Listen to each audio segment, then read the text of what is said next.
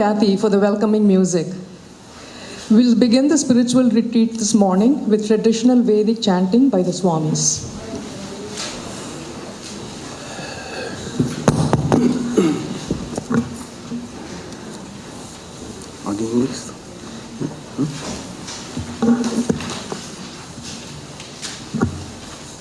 Vedic peace chants. Om, may the Supreme Spirit protect us. May the Supreme Spirit nourish us. May we work together with great energy. May our study be vigorous and fruitful. May love and harmony dwell amongst us. Om, peace, peace, peace be unto all. Om Sahana Bhavatu Sahanau Bhunaktu Sahaviryam Karvavahai Tejasvinavadhitamastu ma vidvishavahai. Om Shanti Shanti Shanti. Om, lead us from the unreal to the real. Lead us from darkness to light. Lead us from death to immortality. Om, peace, peace, peace be unto all. Om Asato ma Sadgamaya Tamaso ma Jyotirgamaya Mritor ma Amritam Gamaya. Om Shanti Shanti Shanti. Om, may we hear with our ears what is auspicious. May we see with our eyes what is auspicious. May we sing praises of the creation and enjoy with strong limbs and body the life allotted to us. May all the divine forces be auspicious to us. Om, peace, peace, peace be unto all. Om Madhuvata Ritayate. Oh, Bhadram Kandi. Sorry. Om Bhadram Karne Vishnuyama Devaha. Bhadram Pashe Maksha Virya Yatraha. Sthirairangai Stuštuvagam Shastanuvihi Vashema Devahitai Yadayuhu Shasti na Indro Vriddhashravaha Shasti na Pusha Vishwavedaha Shasti nastaksho arishtanemihi Shasti no brihaspatir dadhatu. Om Shanti Shanti Shanti. Sweet blow the winds and the oceans give forth blessedness.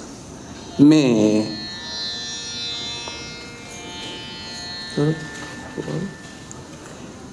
the herbs and plants bring us health and happiness. Sweet unto us be the nights and dawns.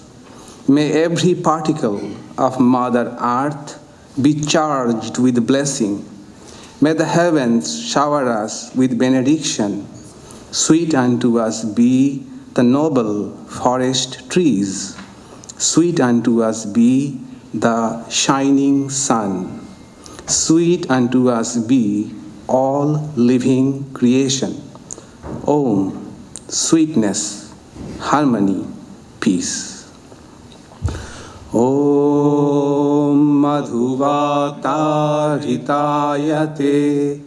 मधुक्षरन्ति सिन्धवः माधीर्ना सन्तोषधिः मधुनक्तम् उतोषसि मधुमत्पार्थिवगं रजः मधुद्रौरस्तु नः पिता मधुमान्नो वनस्पतिर्मधुमागम् अस्तु सूर्यः माधीर्गावो भवन्तु नः ॐ शान्तिः शान्तिः शान्तिः Om, all that is invisible is verily the infinite spirit. All that is visible is also the infinite spirit. The whole universe has come out of the infinite spirit. The Supreme Spirit is infinite, although the whole universe has come out of it. Om, peace, peace, peace be unto all. Om Purnamadav Purnamidam Purnat Purnamudachyate Purnasva Purnamadhaya Purnamevavashishvate Om Shanti Shanti Shanti.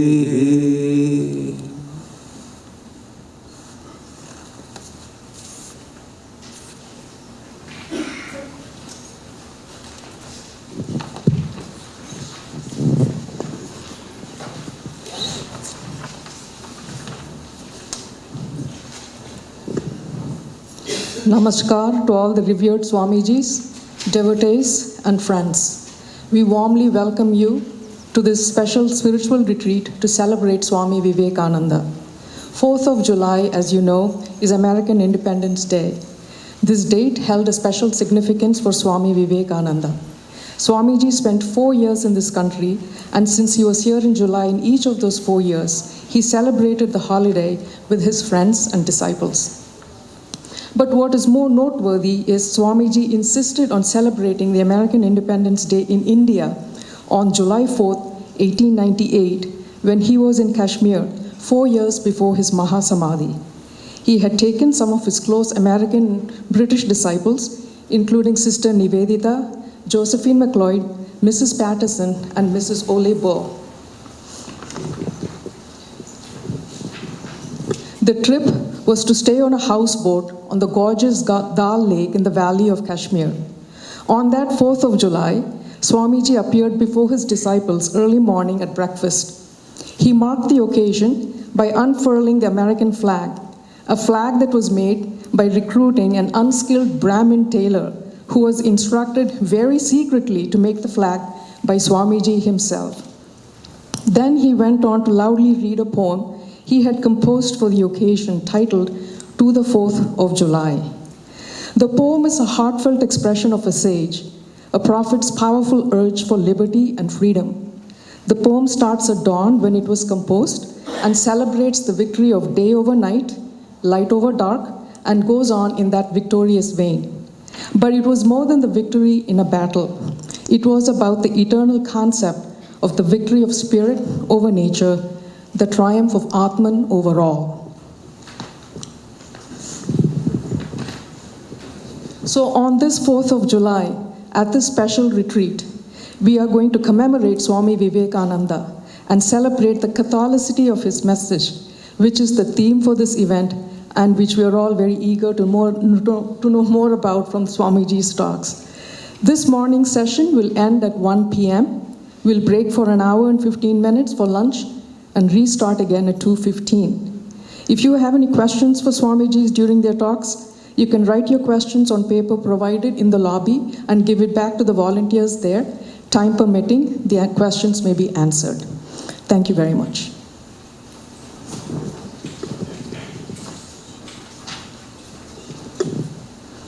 Now I request Swami Prasannatmananda to lead us with flower offering.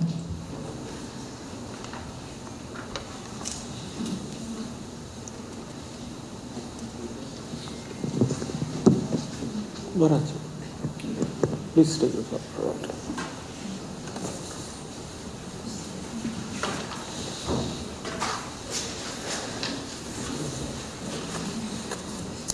So, flower will be distributed to you. Then I shall chant the mantra. You may repeat the mantra, and then our volunteers will collect the flowers again from you and offer at the altar.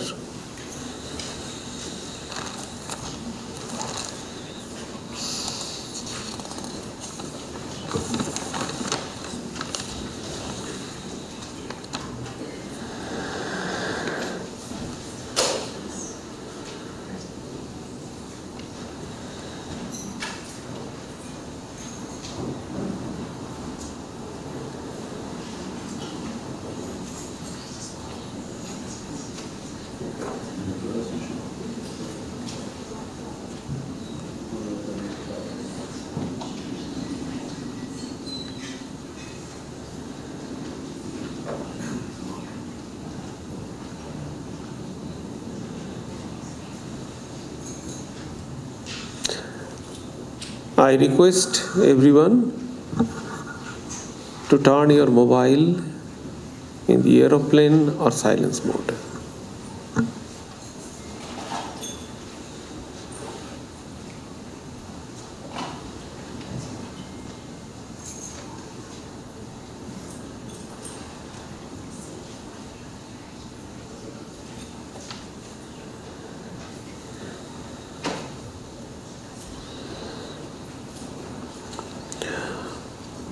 I think everyone have flowers.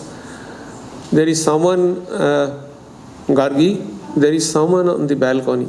Can you please go and offer flowers?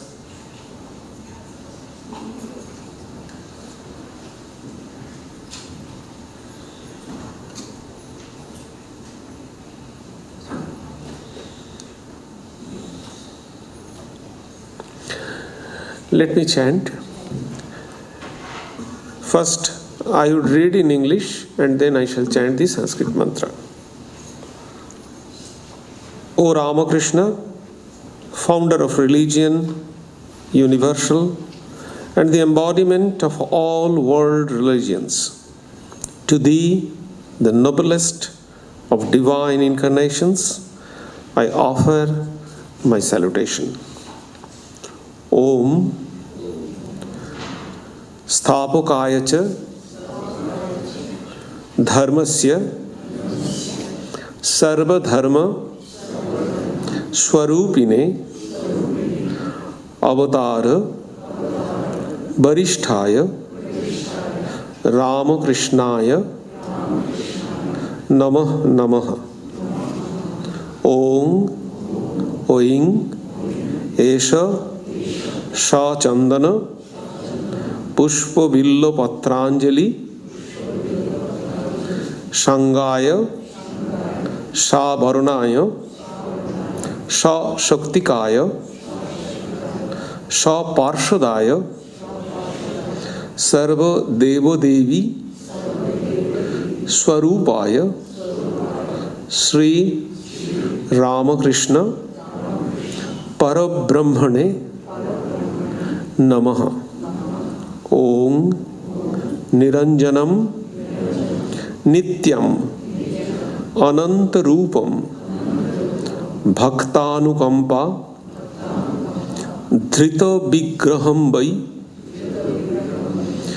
ईशावतारम परमेशमित्यं तं रामकृष्णं शिरसा Namami. O Ramakrishna, the teacher of all, and Mother Sarada, goddesses divine, in bosom holding your lotus feet, salutation to both ever be of mine. Jananing Saradang Devim Ramakrishna Jagadgurum Padapadme Tayosritva Pranamami Muhurmuhu Om Oing Ring Esha Shachandana Pushpa Villa Patranjali Sangaya Savarnaya Sa Shaktikaya Sa Parshadaya Sarva Deva Devi Swarupinnai Sri Sarada Devyai Parabrahmane Namaha Om Jathargno Dahika Shakti Ramakrishne Sthita Hiya Sarva Vidya Swarupangtang Saradam Pranamamyaham. Salutation to that King of Renouncer, the controller of passions, the sage Vivekananda, who is Sachidananda, existence, knowledge and bliss absolute itself, the spiritual preceptor, the remover of distress. Om Paratatve Sadalino Ramakrishna Samagaya Yo Dharma Sthapana Rato Viresham Tang Namamyaham. Om Oing Esha Sha Chandana Pushpa Billa Patranjali Srimat Vivekananda Nathaya Namaha. Namah Sri Yatirajaya Vivekananda Suraye Sachit Sukha Sarupaya Swamine Tapaharine. Offer your pranam and then our volunteer will collect the flowers.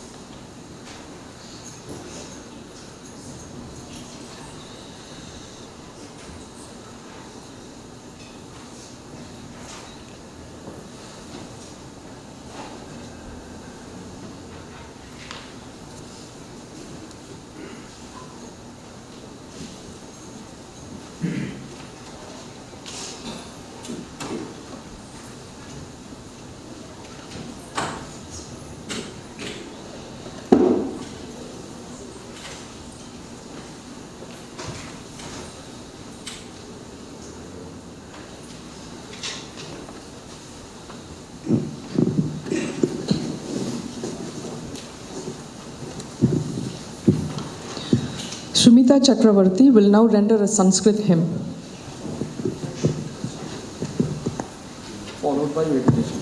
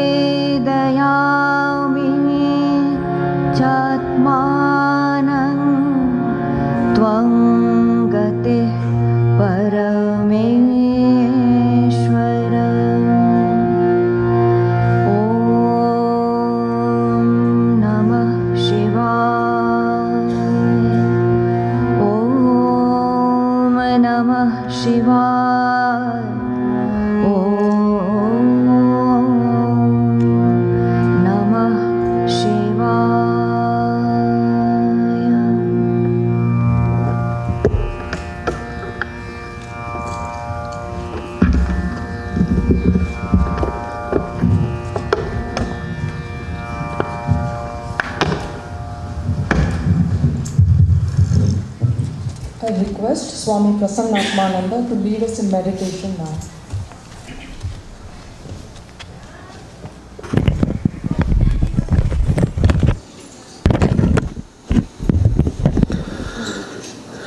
So, we have 5 minutes meditation.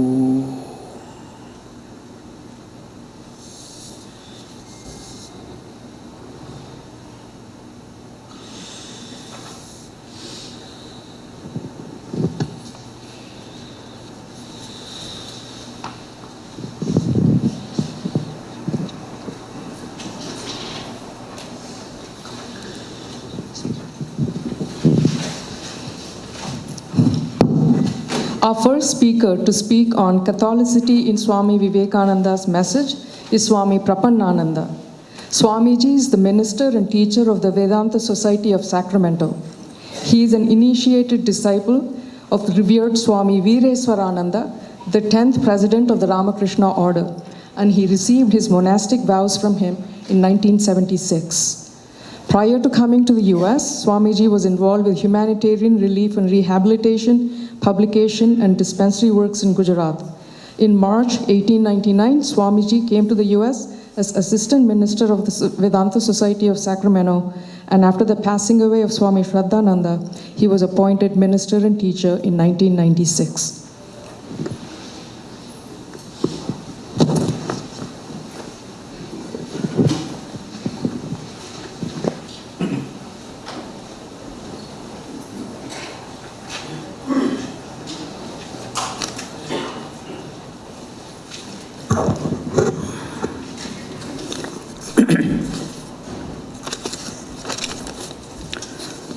First, I thank Vedanta Society of Berkeley and especially Swami Prasannatmananda for kindly inviting me to this annual program. As far as I remember, probably I have not missed any of the occasions when I was invited for this celebration. Of course, I have missed. Sometimes I had to go to other places to celebrate their 4th of July function. I remember once I had been to Portland a few years ago. Now the subject of talk is Catholicity in Swami Vivekananda's message. Swami Vivekananda was a disciple of Sri Ramakrishna, and Sri Ramakrishna, as we know, was a spiritual person who had practiced all religions in a nutshell. Hinduism, all branches of Hinduism, then Islam, Christianity, and in that way he had the opportunity of learning all the religions. So naturally it is expected that Swami Vivekananda, who was his disciple, also be proficient, or he will be imbued into the different teachings of different religions, including Hinduism's different paths. There is another reason also. We see that Swami Vivekananda, as Ramakrishna had seen or had a vision, that he came from a very high spiritual position. That means we don't understand, but Sri Ramakrishna himself had described that he saw there are several rishis and they are deep in meditation, and Swami Vivekananda was one of them. And he requested him to come down to help him in his work. So the point is that they were highest spiritual personalities, and once a person reaches the highest state, naturally all religion becomes one to that person. As Ramakrishna has said, that after reaching the roof, one can come down through different paths. That means maybe stairs, maybe what is called ladder or rope, like that. So automatically we can understand that all religions appeared to him or was in him already when he came on earth. And that can be seen or apprehended when he was a little boy. As you know, his father was an attorney at law, and he practiced he had a good practice, and also clients from different religions also. And naturally, to entertain the clients, he had the arrangements of smoking. In those days, it was probably as a part of the custom. Now, of course, smoking is not advised. That means no smoking, and also smoking causes cancer in that way. Smoking is not really encouraged. But in those days, it was a part of the culture. That means if some respectable person used to come, or a client used to come, so naturally he had to be entertained. So he had arrangements for hubble bubbles. And hubble bubbles were arranged in such a way that was the custom in those days according to the caste and religions. So in his house, the arrangements were there, and one day he was just a small boy, and a boy is not expected to smoke, but his father saw that his young son is really trying to smoke from those hubble bubbles. So I asked why you are doing like that. He said that, well, you say that if somebody smokes from others' hubble bubble, that he will lose his religion. That means that is why different hubble bubbles are there. So he was trying, or he was experimenting whether he loses his religion.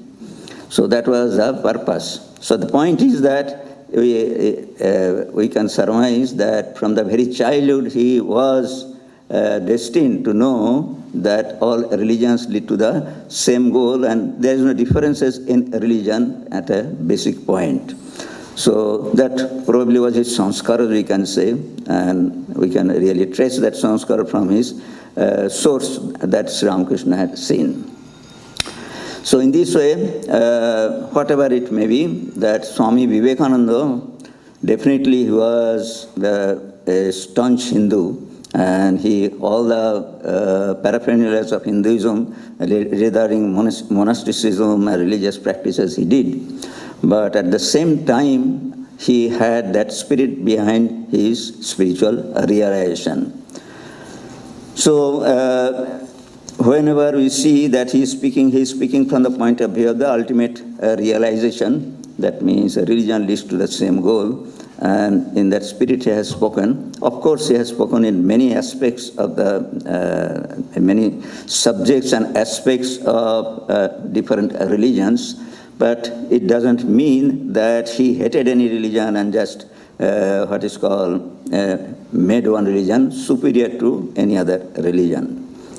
So in his teachings, naturally, the Catholicity, that means respect for our religion, and also tolerance for all religion and acceptance of all religion is quite evident.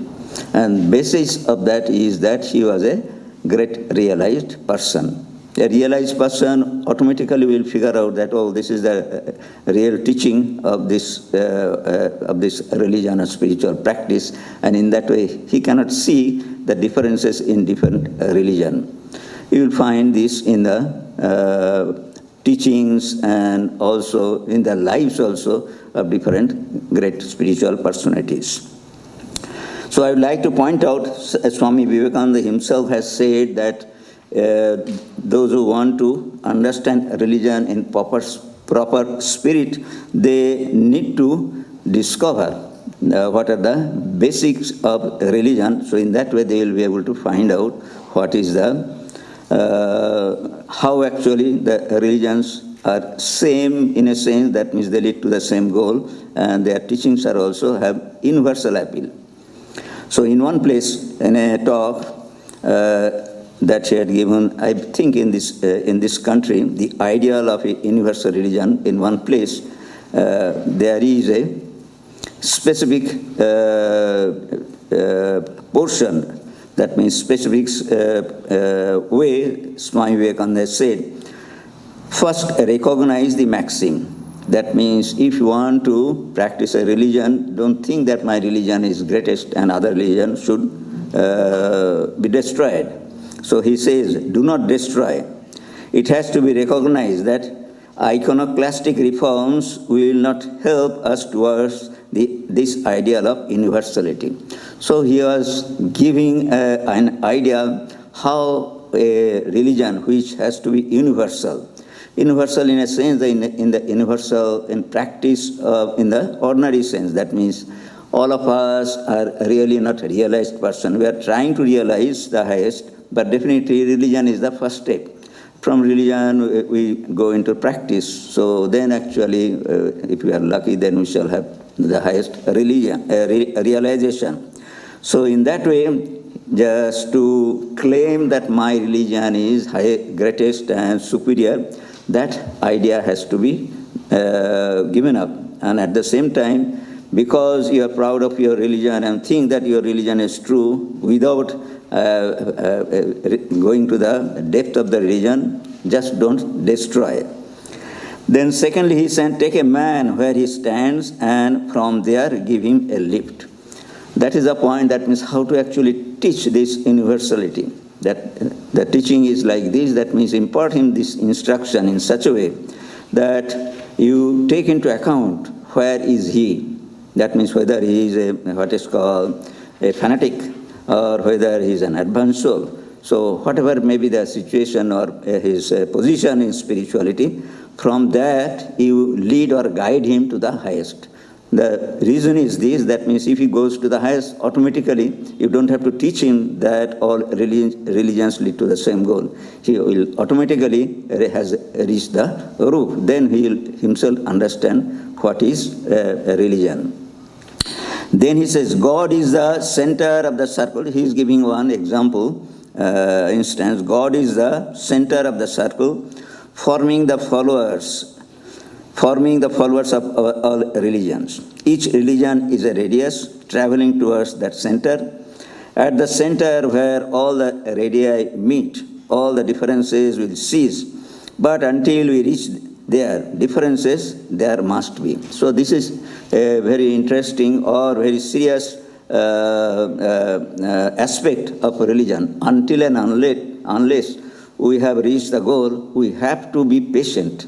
That means we have to understand that all of us are leading to the same goal, but at the same time we see that there are so many differences in our religion, in the customs and conventions and practices, rituals and all those things. So the patience is the most important part for the persons who are really trying to reach the goal. And at the same time, those who want to preach, they also have to keep in mind, at the back of the mind, they should know that what I am teaching is not the only thing that one needs to follow. You have to be tolerant and you have to be respectful for other religion also. So each one has his nature and line of growth. The duty of a teacher is only to remove the obstacles in the way of his growth, and also to provide him with a hedge of protection in the early period of growth. This is the practical side. That means those who are really trying to reach the goal, and if they want to seek, naturally they need to approach somebody who is knowledgeable. So he is a teacher. So the teacher also has certain duty at the same time. If the teacher says that, no, this is the path and what I am saying is the only path, then actually it will be a mistake. So the point is that he has to impart this notion to the student that, yes, I am giving you this instruction just so that you can reach your goal according to your own capacity and whatever it may be, according to your own what is called nature.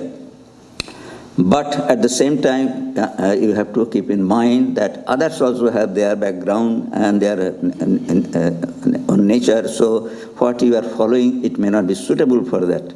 So that you have to keep in mind, and in that way, when you progress ultimately, when you reach the goal, you will be able to realize this oneness of the religion. A teacher must recognize this limited function of his and give up the idea that he can teach another and change his nature. That is also another part. That means students, the followers. Teachers means those who are preachers. That means without realization also, naturally many of us has to preach because people want to know, and there is a definitely dearth of realized person, and we do not know who is realized and who is not realized. So naturally there should be some arrangements, or it is a practice in the society that there are teachers. So teachers have to be cautious, and cautious in a sense that means if they recognize this part, they should tell that his limitation is there, but at the same time, and what he understands and what he has found or what has learned, he can impart, but he cannot really, of his own, can take the person to the highest realization. So the point is this message of Catholicity that Swami Vivekananda has given. He has tried to impart this teaching or aspect of Catholicity should be embedded in the teachings of the teachers, that means preachers. And then only actually those who can understand and follow, have the patience, that in that way, this Catholicity that Swami Vivekananda himself embodied, and at the same time intended that it should be part of our practice of religion, will become true. So these are the few thoughts that came to my mind, that Catholicity of Swami Vivekananda's message was, the origin of it was there, and also in his own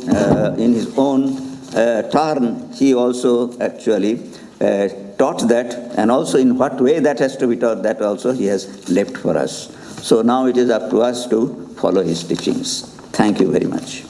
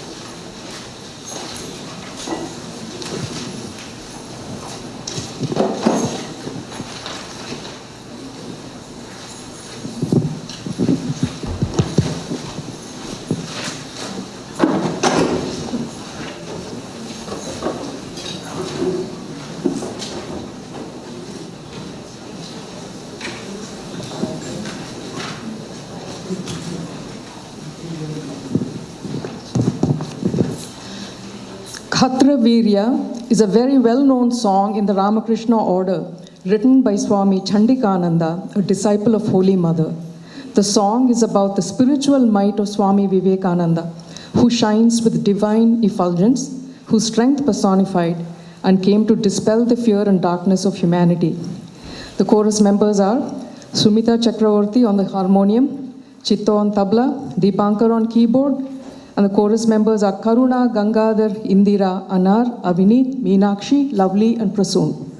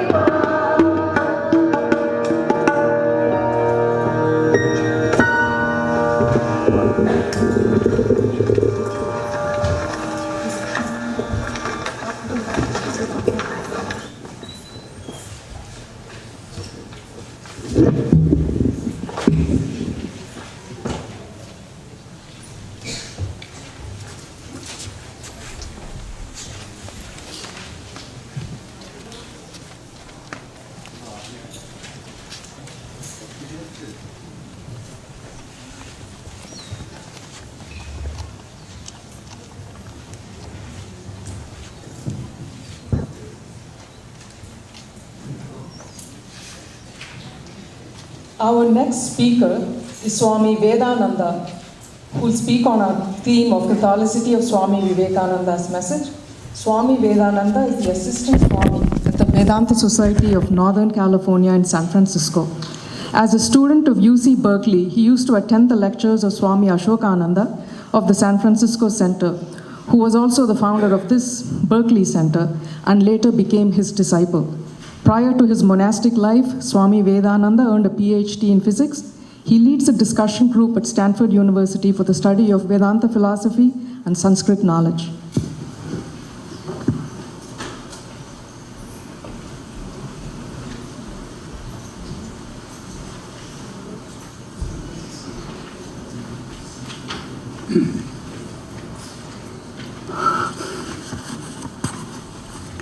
So the subject is Catholicity in Swami Vivekananda's teachings. And Catholicity means that one recognizes the wide sweep of something, that one is nothing in this world is independent of anything else. The one connection, the one characteristic of this world is that everything is interconnected. And to recognize that interconnectedness and as a central principle of religion is one of the major messages of Swami Vivekananda. So, but the person who recognized it best and who seemed to have summarized Swami Vivekananda's teachings was Sister Nivedita. And her introduction to the complete works of Swami Vivekananda is one of the deep insights into the meaning of Swamiji's message and the role that he played in world thought. So I thought I would take a few examples from Sister Nivedita's introduction to bring out this idea of Catholicity of the message of Swami Vivekananda. So one of the quotes that she uses is from the address to the Parliament of Religions. If one religion be true, then all the others also must be true. Thus the Hindu faith is yours as much as mine. We Hindus do not merely tolerate, we unite ourselves with every religion. Praying in the mosque of the Mohammedan, worshipping before the fire of the Zoroastrian, kneeling to the cross of the Christians. We know that all religions alike, from the lowest fetishism to the highest absolutism, are but so many attempts of the human soul to grasp and realize the infinite.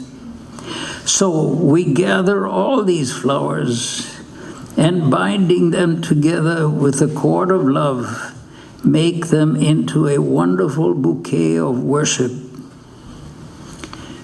You can hardly imagine any statement of Catholicity to be more universal and to be more deep and profound than this statement.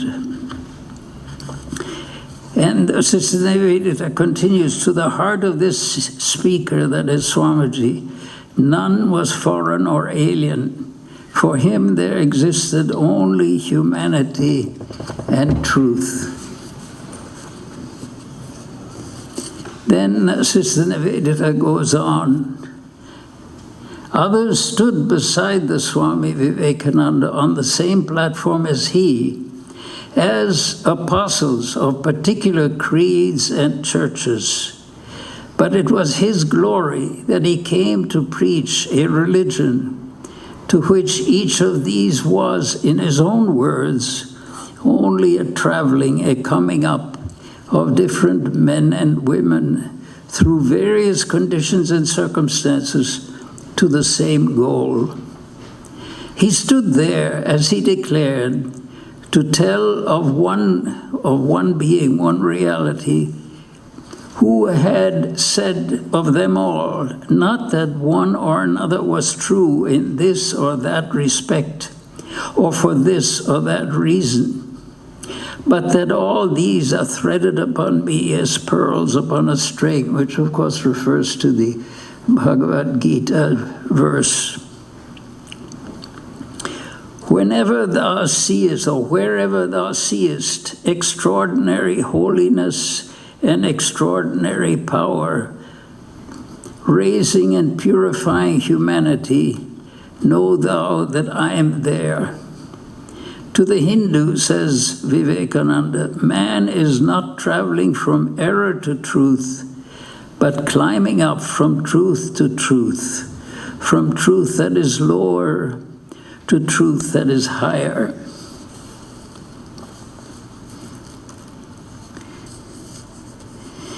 Then Swami Vivekananda goes on. Sister Nivedita's comment, to him all that is true is Veda. By the Vedas, he says, no books are meant. They mean the accumulated treasure of spiritual laws discovered by different persons in different times. Then Sister Nivedita goes on to comment, yet would not this inclusion of all, this freedom of each, be the glory of Hinduism that it is, were it not for her supreme call of sweetest promise. Hear, ye children of immortal bliss, even ye that dwell in higher spheres, for I have found that ancient one who is beyond all darkness, all delusion, and knowing him, ye shall be saved from death. Here is the word for the sake of which all the rest exists and has existed. Here is the crowning realization into which all others are resolvable. When in Swami Vivekananda's lecture, The Work Before Us, the Swami adjures all to aid him in the building of a temple wherein every worshipper in the land can worship. A temple whose shrine shall contain only the word Om. On hearing this, there are some of us who catch in the utterance the glimpse of a still greater temple, India herself, the motherland, as she already exists, and see the paths not of the Indian churches alone, but of all humanity converging there at the foot of that sacred place wherein is set the symbol that is no symbol, the name that is beyond all sound. It is to this and not away from it that all the paths of all the worships and all the religious systems lead. India is at one with the most Puritan faiths in the world in her declaration that progress is from seen to unseen, from the many to the one, from the low to the high, from the form to the formless, and never in the reverse direction. She differs only in having a word of sympathy and promise for every sincere conviction, wherever and whatever it may be, as constituting a step in the great ascent. Swami Vivekananda goes on, or Sister Nivedita goes on to say, it is not the many and the one. No, if the many and the one be indeed the same reality, then it is not all modes of worship alone, but equally all modes of work, all modes of struggle, all modes of creation, which are paths of realization. No distinction henceforth between sacred and secular. To labor is to pray. To conquer is to renounce. Life itself is religion. To have and to hold is as stern a trust as to quit and to avoid. This is the realization which makes Vivekananda, the great preacher of karma, not as divorced from, but as expressing jnana and bhakti. To him, the workshop, the study, the farmyard, and the field are as true and fit scenes for the meeting of God with man as the cell of the monk and the door of the temple. To him, there is no difference between service of man and worship of God, between manliness and faith, between true righteousness and spirituality. All his words, from one point of view, read as a commentary upon this central conviction. Art, science, and religion, he said once, are but three different ways of expressing a single truth. But in order to understand this, we must have the theory of Advaita.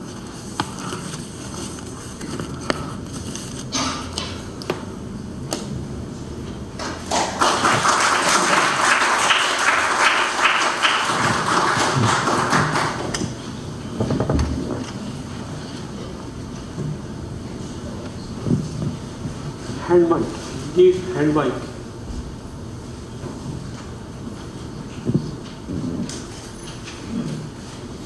First give the chair.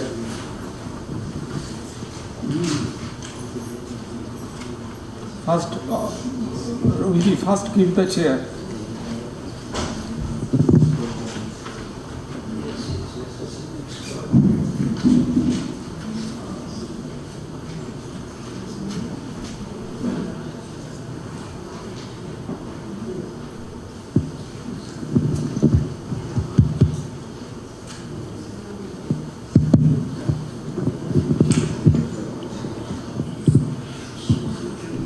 On this 4th of July, Subhadra will now recite the poem To the 4th of July, composed by Swami Vivekananda in Kashmir.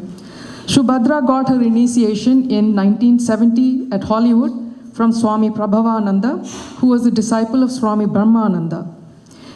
From then on, Carol Cohn became Subhadra, name of Sri Krishna's sister.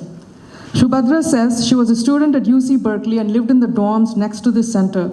Every day she walked by the temple and saw the notice board, but didn't ever enter it. One day, one word churned her memory, which she always felt that she heard before, but couldn't figure out when and where. That word was Vedanta, which Subhadra says ultimately changed her life, thought, and destination.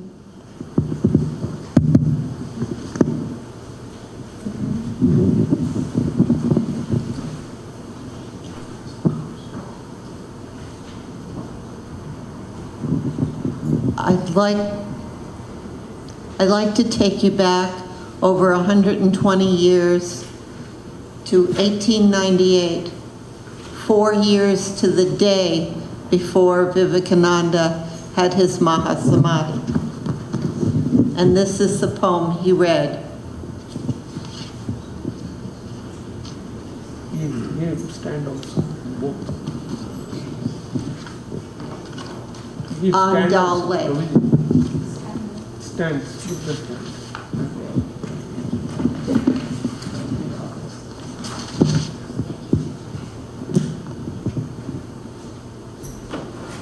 Behold, the dark clouds melt away that gathered thick at night and hung so like a gloom pall above the earth. Before thy magic touch, the world awakens.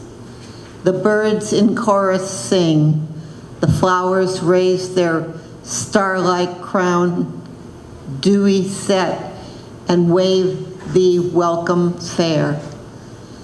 The lakes are opening wide in love, their 100,000 lotus eyes to welcome thee with all their depth. All hail to thee, thou Lord of light, a welcome new to thee today. O sun, today thou sheddest liberty. Bethink thee how the world did wait and search for thee through time and clime.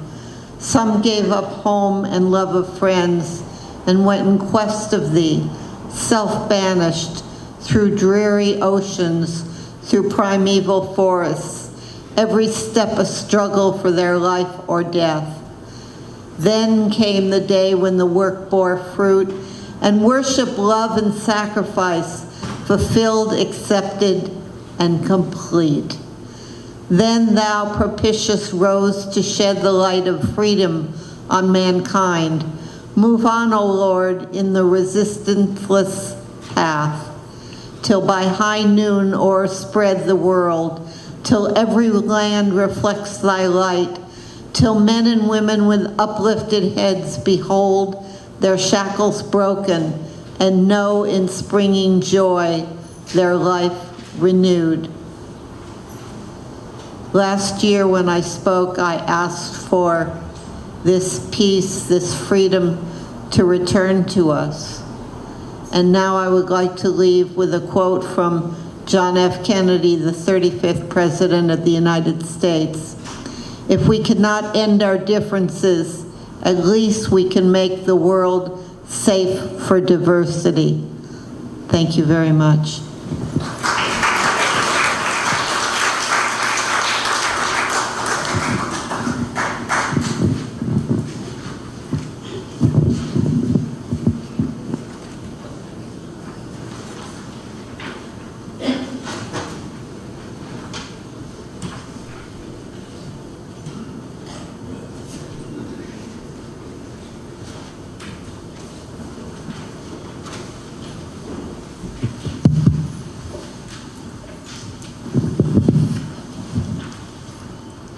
Now I request our next speaker, Swami Tattva-Mayananda, to present on the theme for this spiritual retreat.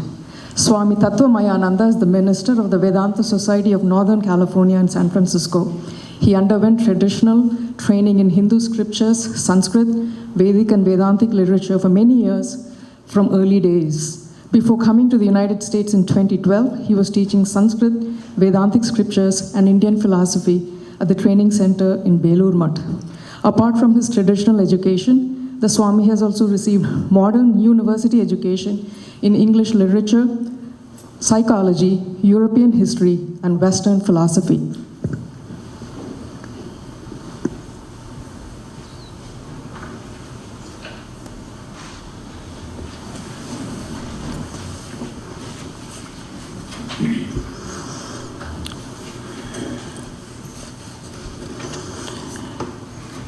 Yonta pravishya mama vachimimam prasuptam sanjeevayadi akhila shakti dharaswadhamna anyamscha hasta charana sravanattugadin pranan namo bhagavate purushaya tubhyam namasri dirajaya Vivekananda sugri Satchit Sugaswarupaya Swamini Tapaharini.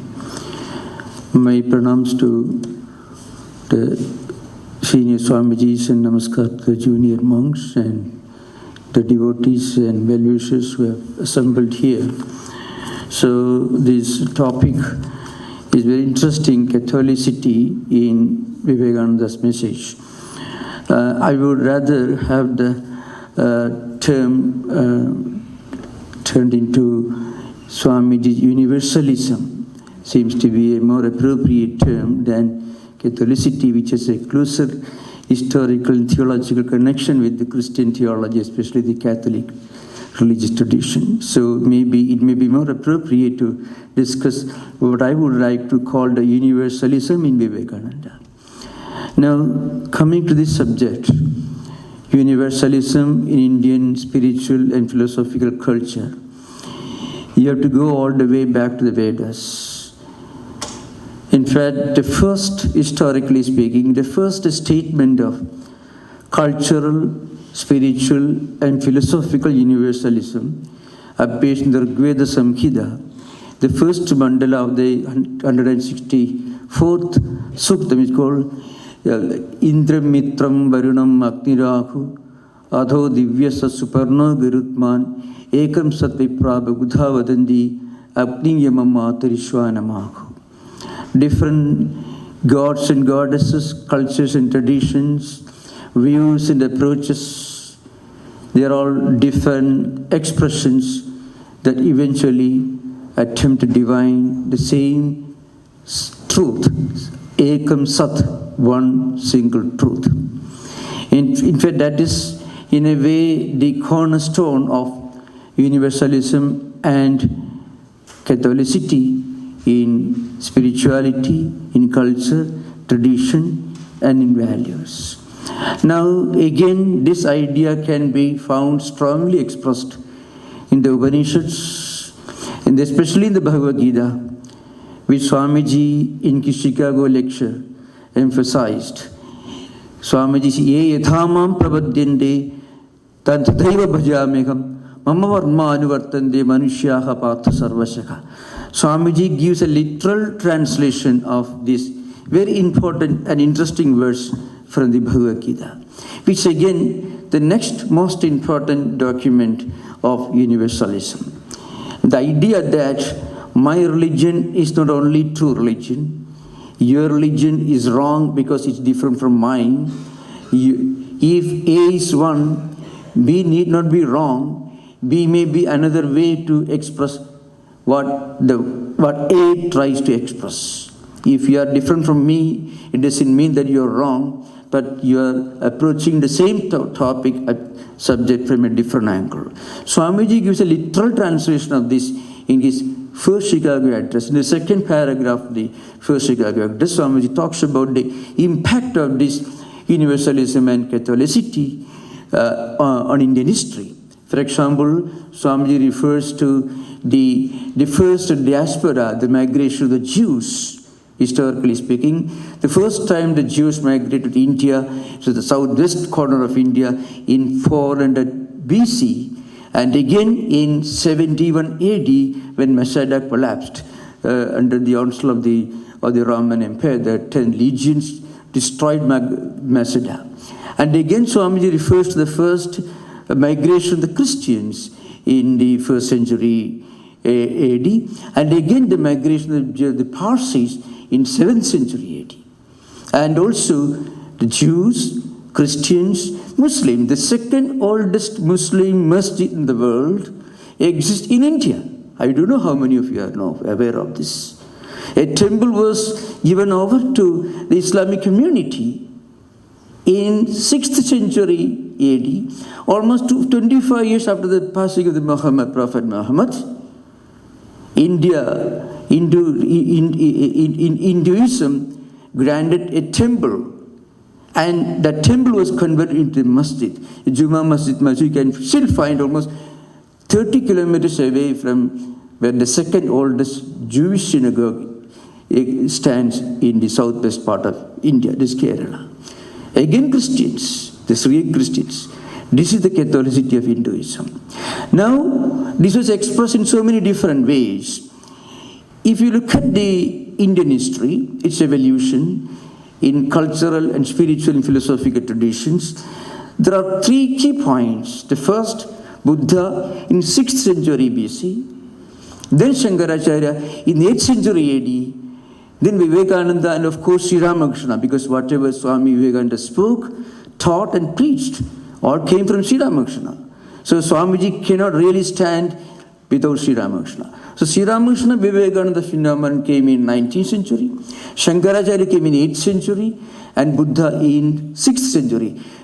24 centuries of India's spiritual evolution, cultural evolution, philosophical evolution is the story of universalism in action, beginning with Rigveda Samhita. Now, what did Shankaracharya did? In fact, the first historical effort to universalize, to harmonize, to synthesize, to unify India's cultural, religious, and spiritual tradition took place in 8th century AD. Shankaracharya actually harmonized all the gods and goddesses that are mentioned in the Rigveda Samhita: Indra, Mitra, Varuna, Agni, Dyava, Prithivi, Soma, Surya, and so on.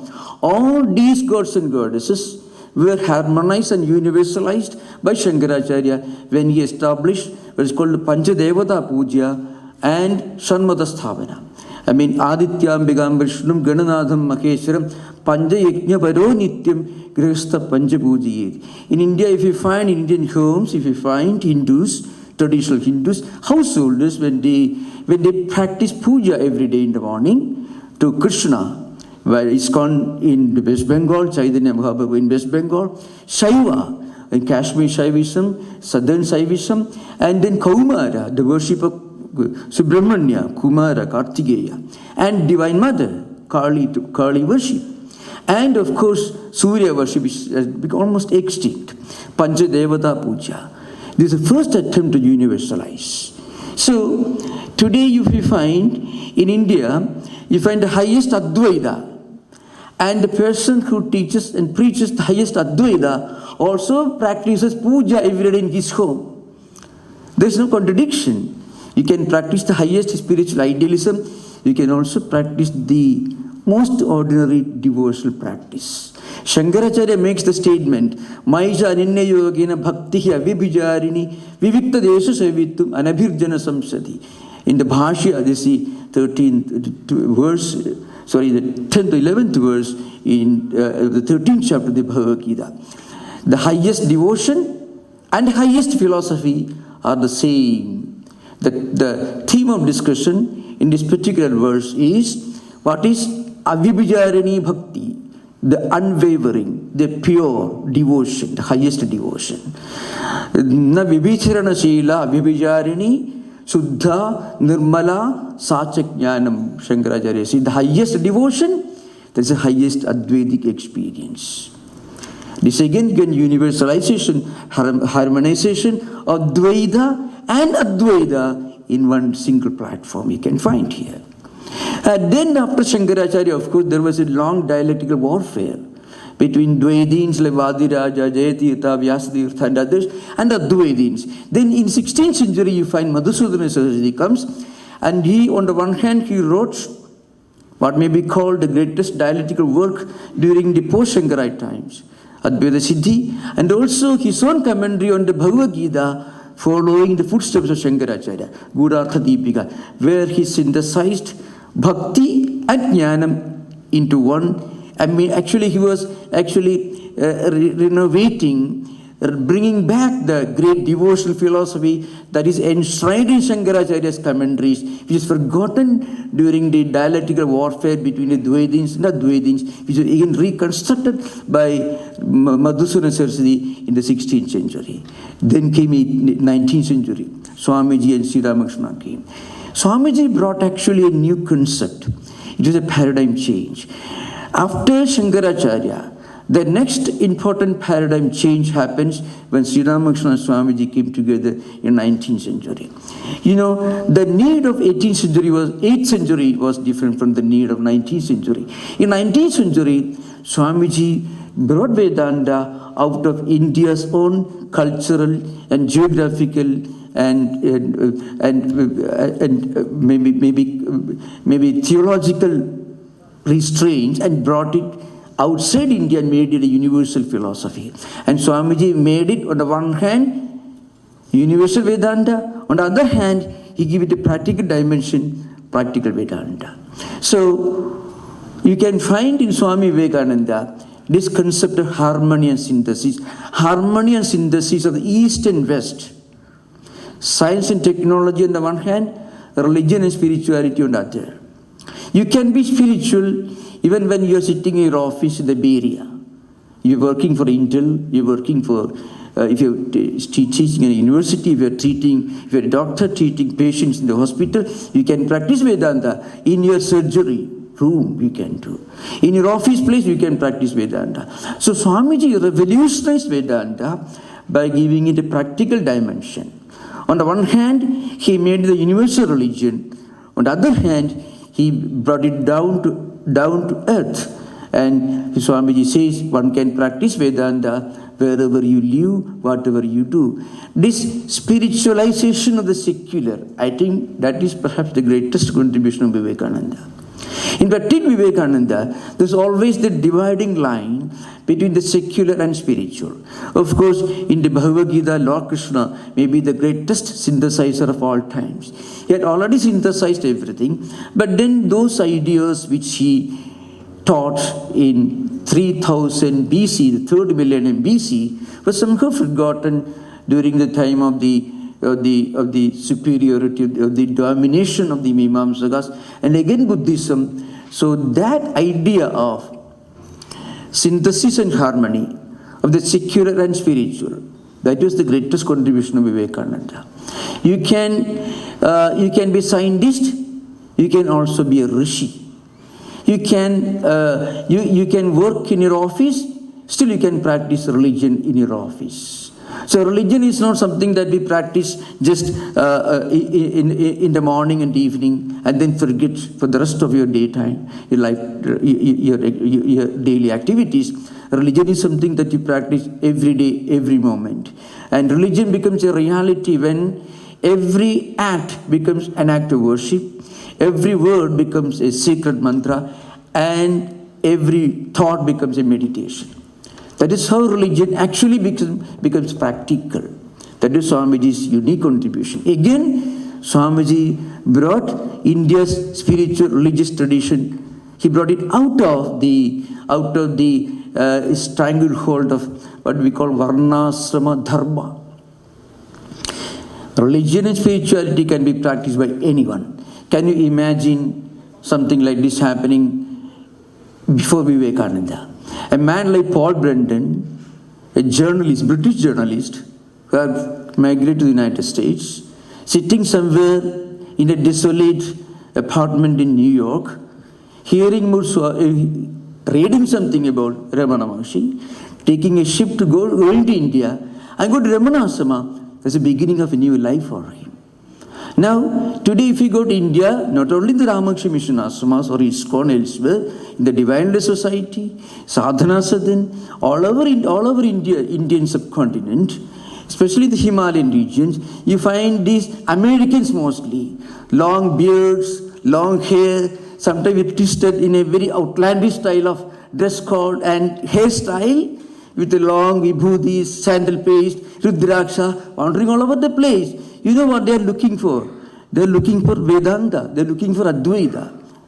If you teach them the old Catholic religion, where God sits above the clouds, staring at you, supervising your action, and promising heaven for those who totally agree with his interpretation of religion and spirituality, and threatening with hellfire those who disagree with him. That kind of religion has no place in modern times. And in 19th century, so when Swami Vivekananda actually brought Vedanta into focus, it was a very interesting time, America had already made enough preparations to listen to Vivekananda.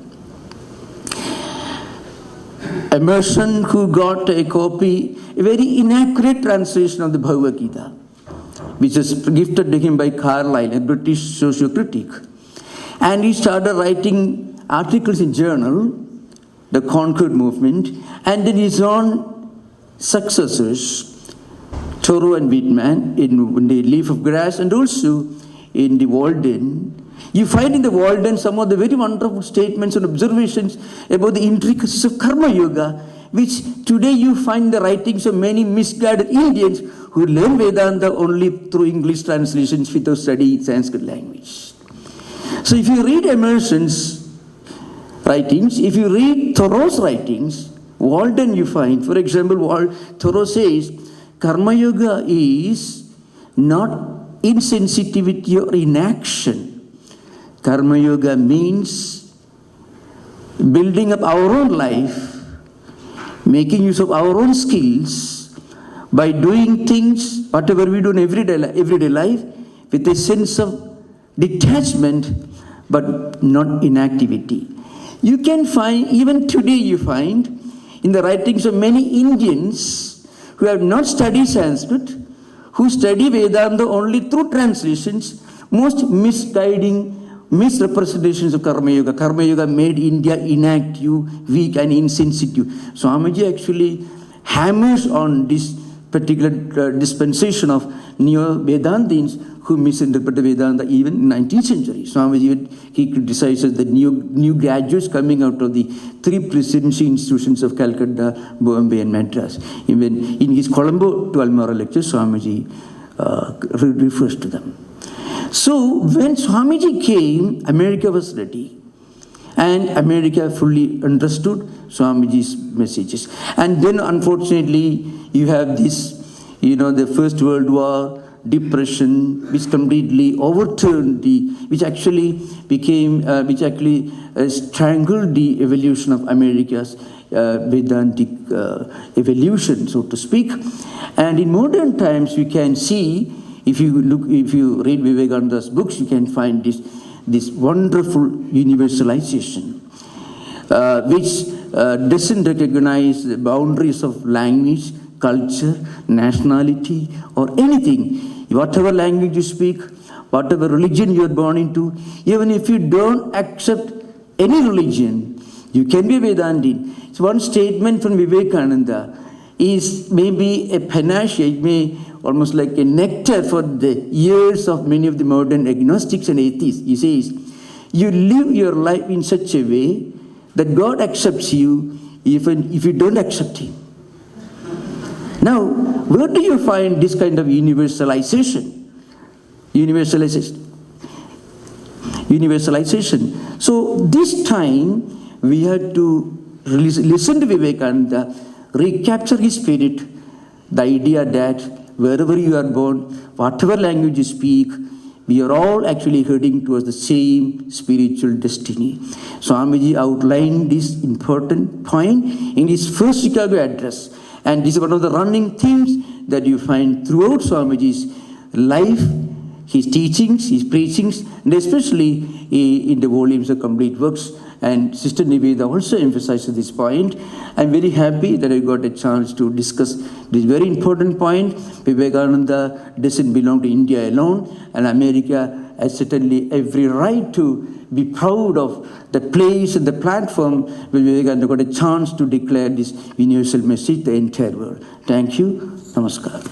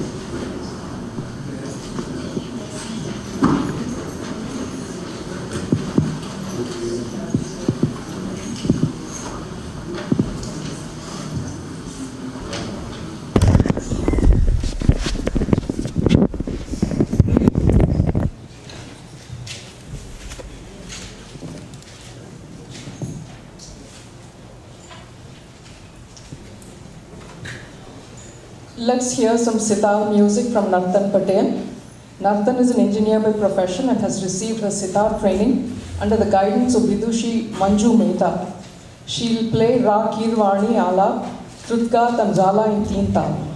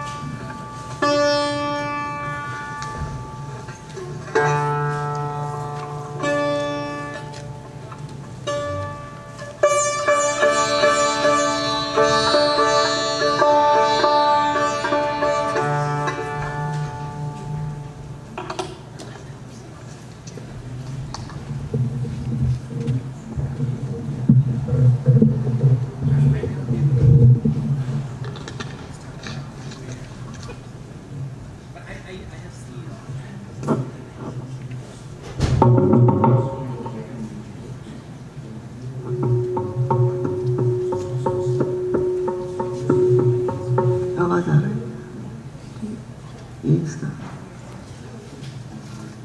करो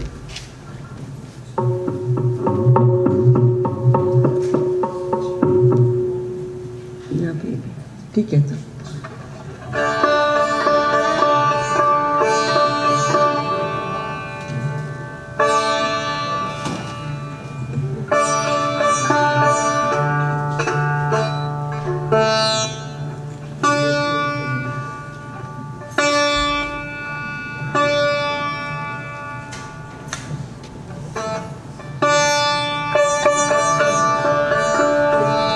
Namaskar. With blessings of my gurus and Swami ji, I आज्ञा लेती हूँ आपके समक्ष राग की Nawani I will present. I will start with small alap, followed by Drut Gat in Teen Tal, and little bit higher speed on Adi Gat is also in Teen Tal, and followed by Jalas.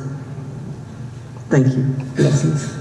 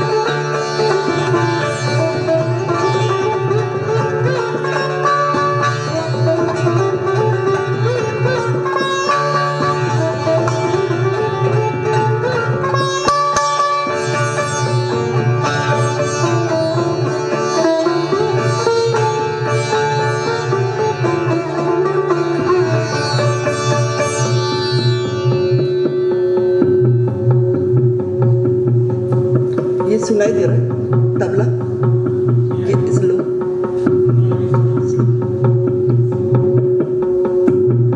ठीक है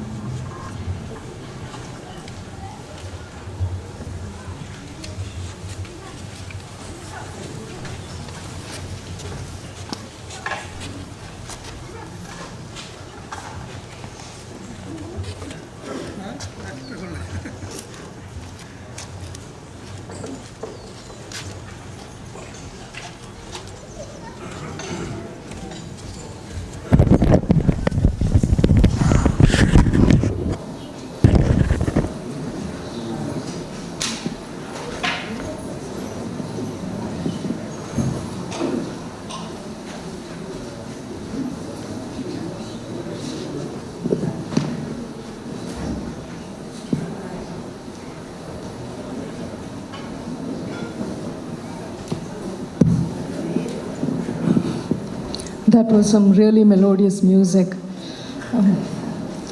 I welcome our next speaker, Swami Isha Dhyanananda, to speak on the theme of this retreat. Swamiji is the Assistant Minister of the Vedanta Society of Sacramento since 2017. He joined the Ramakrishna Order in 2002. He was initiated by revered Swami Atmasthananandaji, the 15th President of the Ramakrishna Order, and he received his final monastic vows in 2012. Swami Isha Dhyanananda has contributed articles to various journals of the Ramakrishna Order. Apart from Ramakrishna Vedanta literature, the Swami has a keen interest in philosophy, positive psychology, neuroscience, and current ideas that shape the world.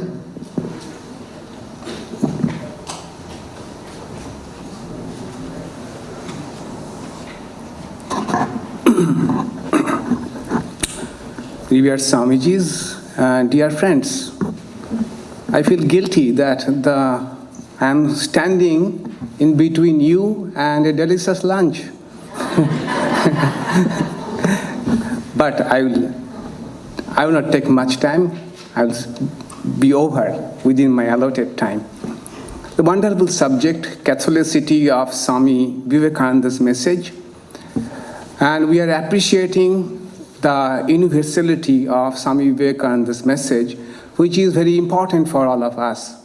Also important, according to me, is to know what made Swami Vivekananda so universal, so that we also can incorporate those factors into our life so that we can also broaden our horizon. Maybe we may not be as universal as Swami Vivekananda, but still we can take a few steps towards being more universal. So what are the three factors, according to me, that made Swami Vivekananda so universal, not only in religion, but also Swami Vivekananda's broad scope of ideas about science, economics, sociology, social service, what not, from student, from professor, everybody can relate to Swami Vivekananda. What made Swami Vivekananda so universal? According to me, there are three words, three E's, which are the watchword for Swami Vivekananda's universality. Three E's. First is his eclectic education. Thanks to his liberal parents, Swami Vivekananda from very early childhood was exposed to a very eclectic education. He, in his very childhood, read all the standard works in Bengali literature, English literature, and Sanskrit literature. Then, from his mom, he learned the Ramayana and Mahabharata, all the stories.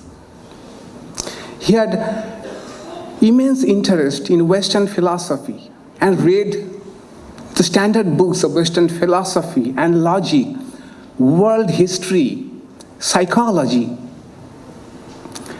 And more than the books that are recommended in the syllabi, he read books available, whatever was available to him, he used to read them. Books, newspapers, then he used to attend all the public lectures, used to take part in debate. Then his exposure or interest in sports and athletics. He was good, adept in swimming. He was in the wrestling club, adept in wrestling, cricket, pony riding. Then, in music, he was an adept singer, as well as he also could play musical instruments like pakhavaj, tabla, the drum instruments, also as well as the stringed instrument like esraj. So, by the time he reached his youth, he was already a very broad person. A very broad person.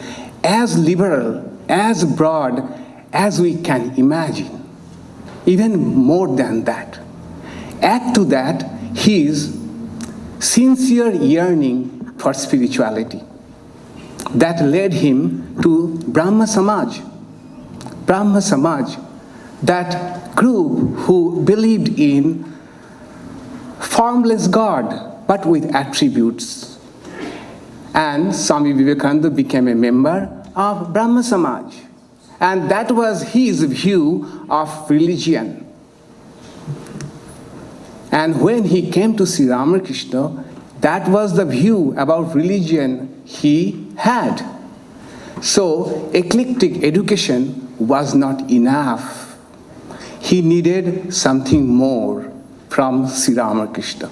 That is second E of our equation, finding out the essentials of religion. Sri Ramakrishna, through his life and loving guidance, showed Swami Vivekananda how to get the essentials of religion.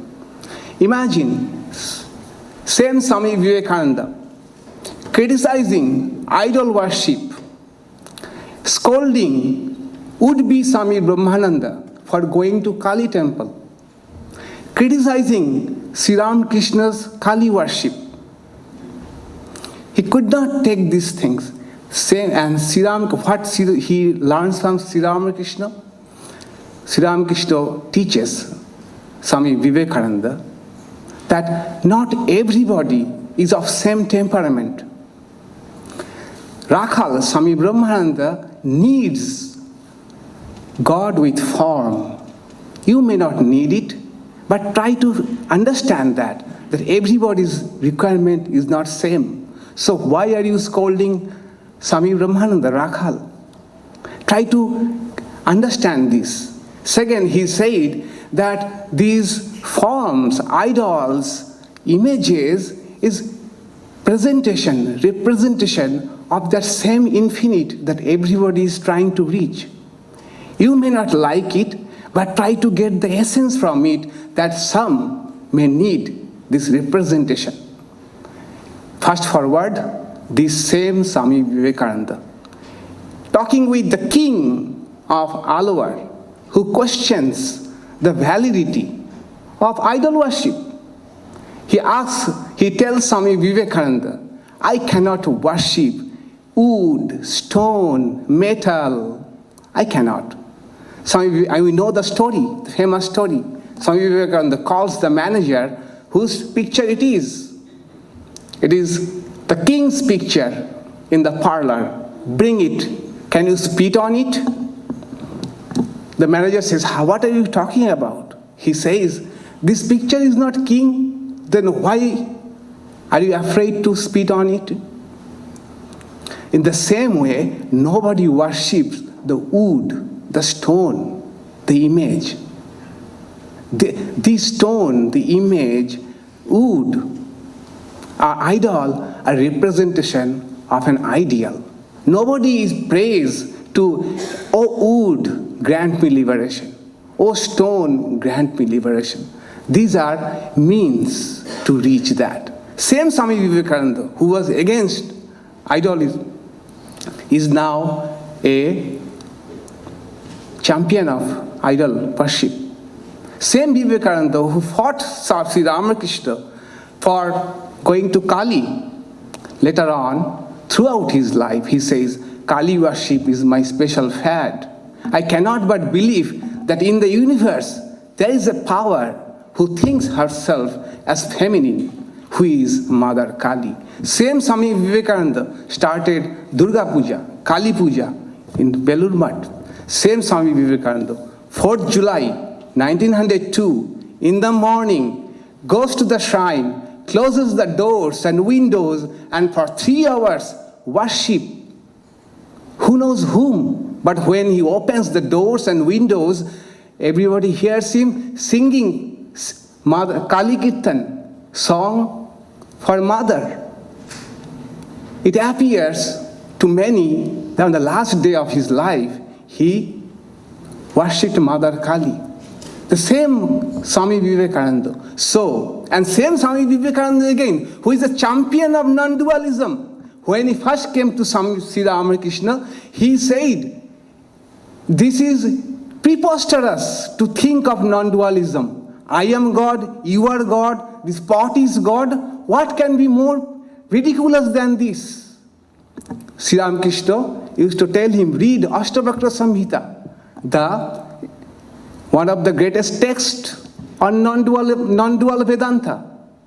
Swami Vivekananda revolted. This is tantamount to atheism. I am God, you are God. Can it be possible?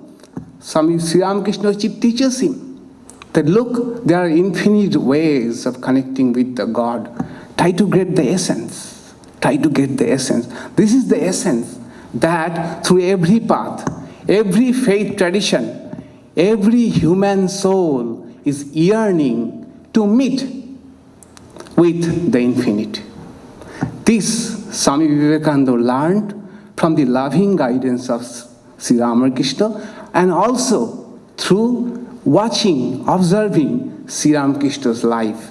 That is why 1894, Greenacre in Maine, we see Greenacre Religious Conference, which is one of the most diverse religious gathering that we can imagine of. A motley crowd of people from Jewish tradition, Unitarian, Theosophy, Swedenborgian, faith healer, spirit controller, Christian scientist, and some who have not even tangential connection with religion. All of them gathered in Greenacre. And Swami Vivekananda there was very comfortable with all types of religions, all types of human yearning. And he says how pure they are. Yes, some of them are freakish, but look at their purity in the heart. All of them yearning for the same spiritual experience. An observer comes to these Greenacre meetings and he says, what a wonderful sight. It was published that day in the evening newspaper. Someone is reporting about Greenacre, a Hindu monk preaching the greatness of Muhammad to a Christian audience. Swami Vivekananda. Where did he get it from? From Sri Ramakrishna. What is the message? Try to get into the essence of religion. Not only in religion. This he applied in every endeavor, every field. Try to get at the essence. Because unity can be found in the essence. All the differences are in the forms. Those who cannot distinguish between essential and non-essential, they will be at the loggerhead with each other. So try to get at the essence. So two things. One is his eclectic education. Second, his this knowing, try to get the essence of religion, or broadly try to get at the essence of the things, essence of the ideas. Third, these two were not enough. The third factor, which I think is what all of us can aspire for, I would call it educability. Educability, capacity to learn. Capacity to learn every day. In Silicon Valley, it is called coachability, right? Coachability. And it is one of the criteria for many of the good firms, whether the person is coachable, whether the person can take feedback, whether the person seeks feedback and can improve from feedback. This is the most important skill for all of us. Are we ready to learn every day? Josephine MacLeod says that I was a worshipper of novelty. I liked new places, new ideas, new people, but only one person, Swami Vivekananda, I got stuck because I found every day Swami Vivekananda is a new person, a fresh person. Why? Because Josephine MacLeod says Swami Vivekananda's religion was learn every day. Learn every day. And that's how he could keep himself fresh, new every day. This educability, coachability, Swami Vivekananda had all through his life. So that's why, for example, when he came to this country, his main goal was to raise funds for India, and also clear the misconceptions that people have about India. So that's why we see from Chicago to September 1893, since Chicago Parliament, to the summer of 1894, Swami Vivekananda worked in that direction. But he learned in Greenacre that that idea is not going to work. From Greenacre, he got the idea that my method of work now one should be to teach to a handful of sincere students. They will carry the work. That should be my new focus. To choose group of students and teach them for quite some time some important spiritual texts or general spiritual talks. He immediately changed. How? Because he took the feedback. He was broad enough, and rather, I would say, intellectually humble enough. No, not to getting too stuck, too fixated with fixed ideas. And so he could learn from the feedback, he could improve upon it. That made him universal. I believe that if we try to follow these three things, try to have an exposure to ideas as broad as possible, which I would call eclectic education. Number two, trying to get the essentials of the things, essentials of each faith tradition, essential of any idea that is shaping our world today. Try to get it the essence. Thirdly, this intellectual humility to learn every day and keep open to the possibility that we can improve every day. And how? Seek feedback and learn from the feedback. That will make us more universal. That will help us to broaden our horizon, and that will also make Swami Vivekananda happy. Thank you.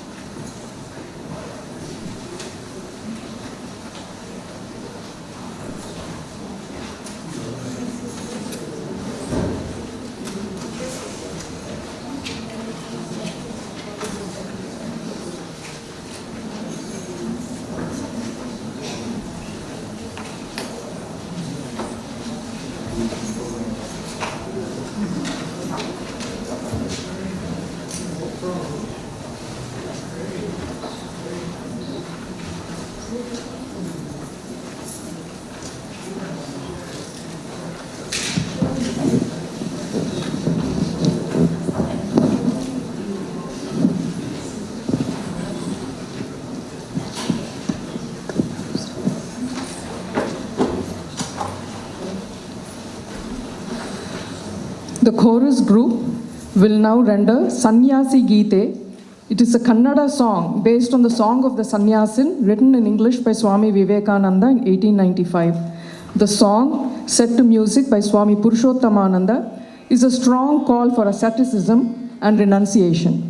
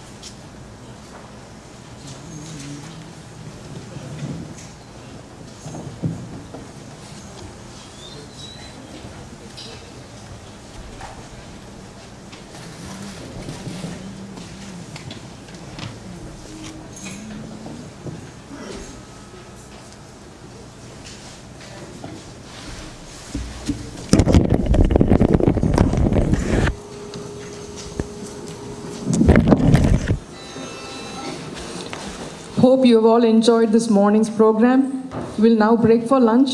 We'll resume back at 2:15. Please collect lunch from the Saradananda Hall. And also please visit the bookstall that's right out here. You can browse and buy some books. An announcement on 2 upcoming events.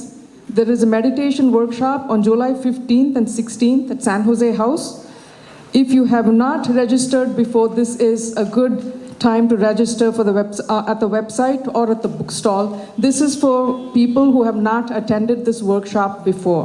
Also, Swami Sumanasananda will speak at San Jose House on Sunday, July 9th at 7 p.m.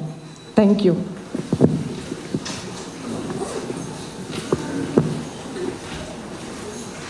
And if you have a question on different talks, please write in a small paper available in our counter there in the information desk, and please deposit that in the information desk. Thank you.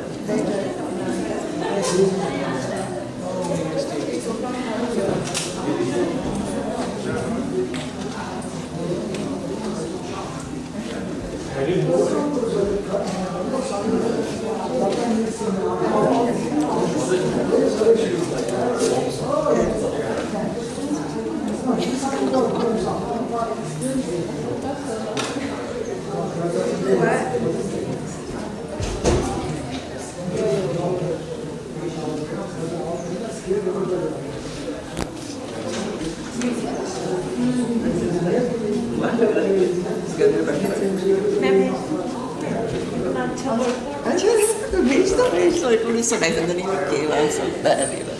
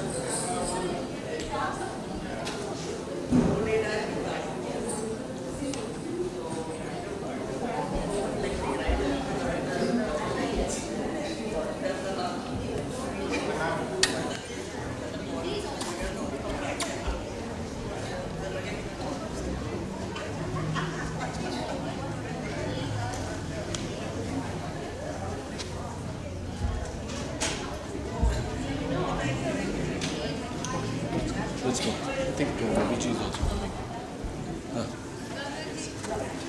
Which way?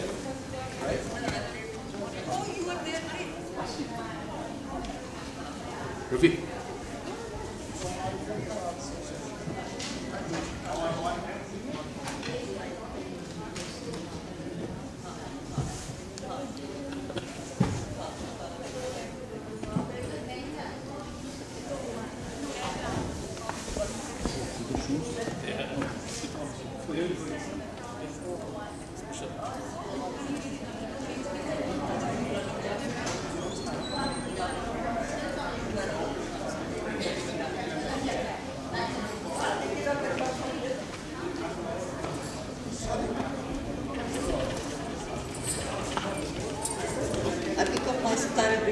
That was beautiful. Thank you.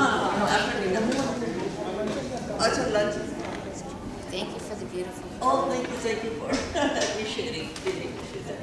Oh, thank you. Have you played here before? No, first time.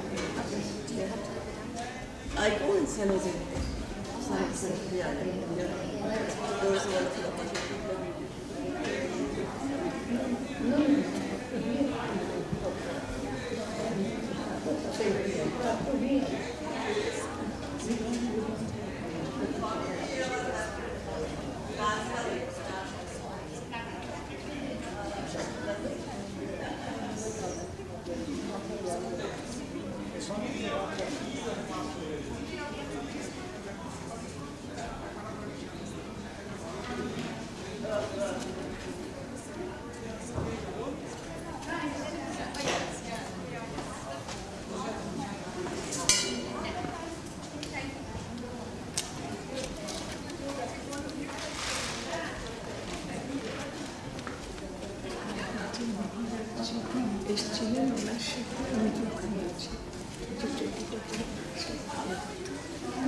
মহারাজ হচ্ছে এখানে আর প্রসাদ এখানে দিচ্ছে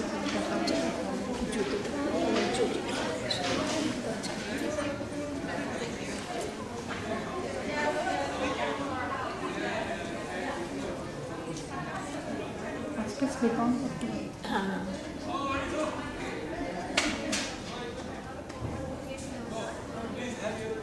এটা কি ফুল কি এখানে দিয়ে নিতে হয়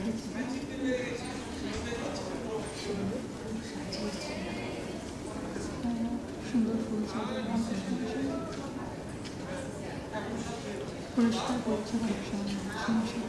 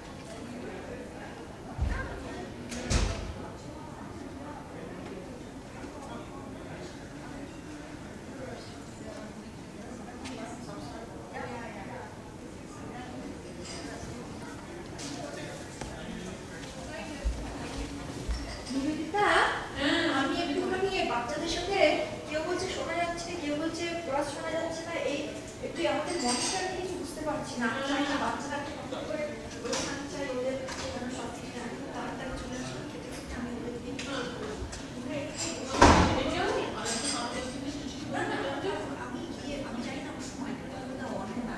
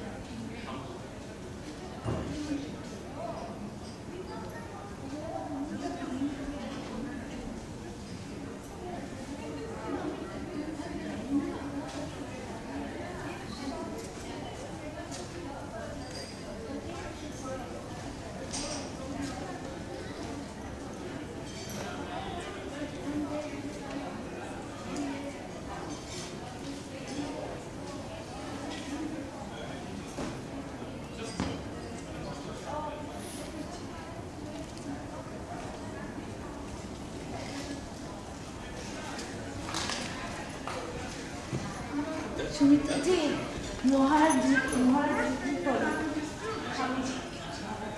ও আজকে ডাকছে হ্যাঁ বলুন কেন ওই ঘরে এখানে সবাই খাচ্ছে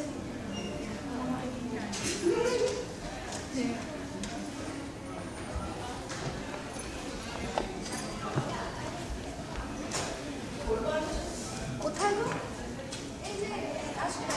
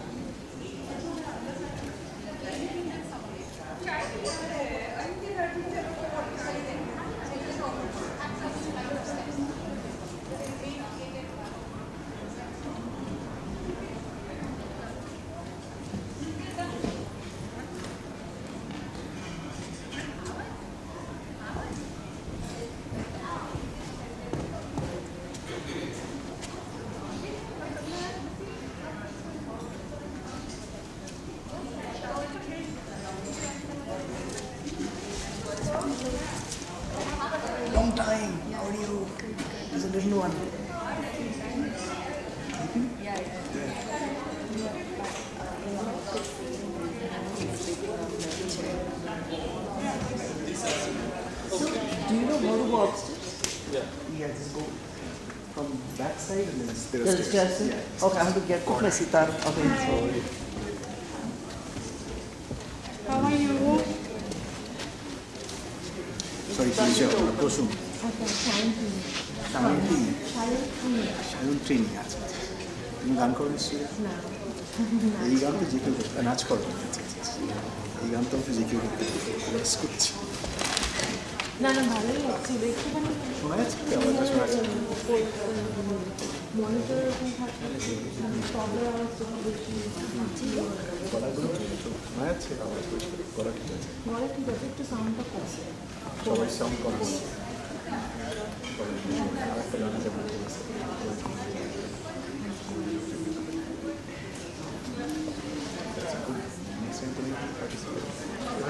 Kannada song is good. Oh, you.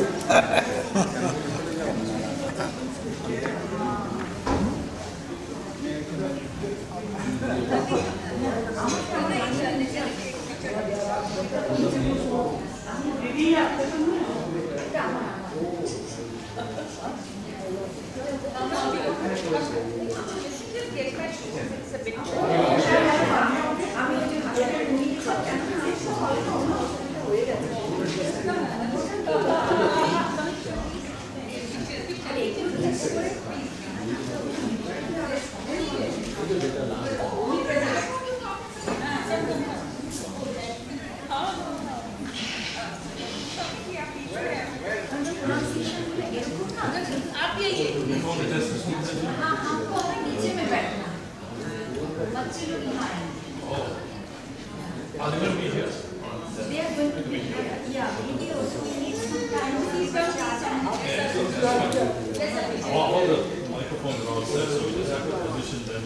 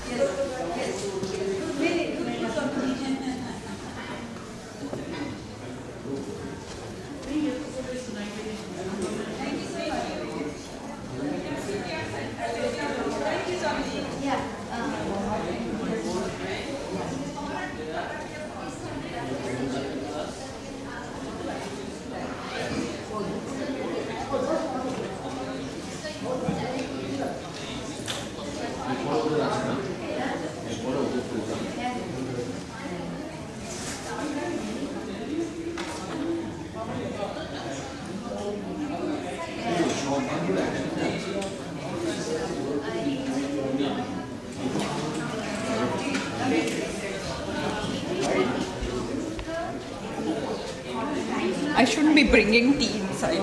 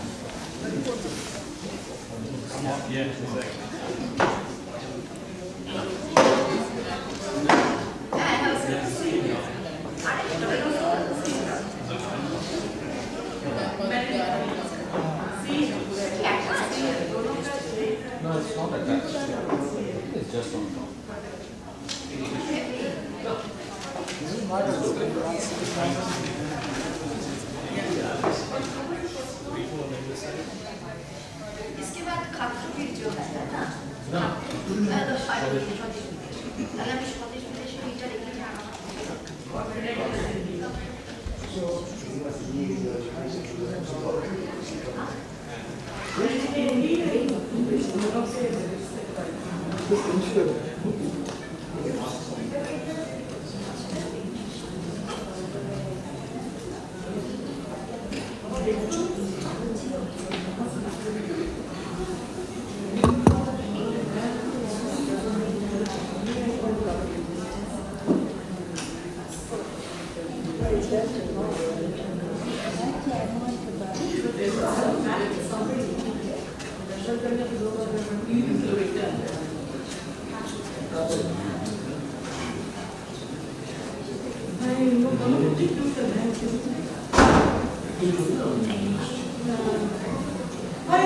अभी बोला है कितने क्यूट लग रहे दोनों का पिक्चर लेते हैं आप लोग नीचे आ गए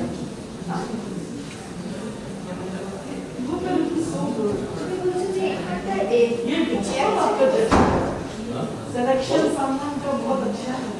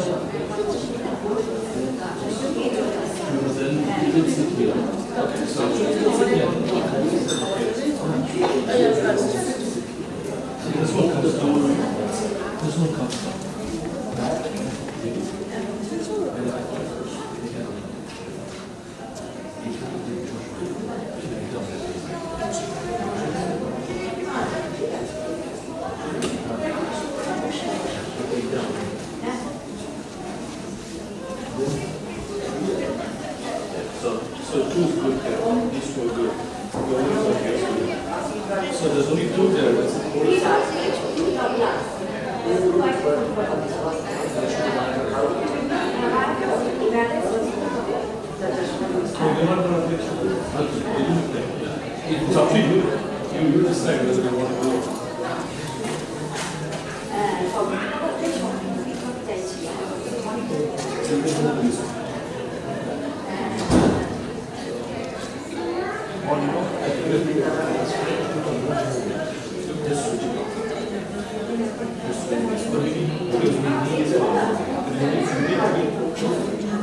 But this is just a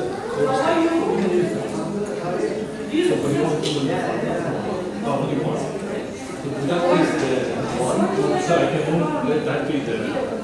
I can move the picture. And then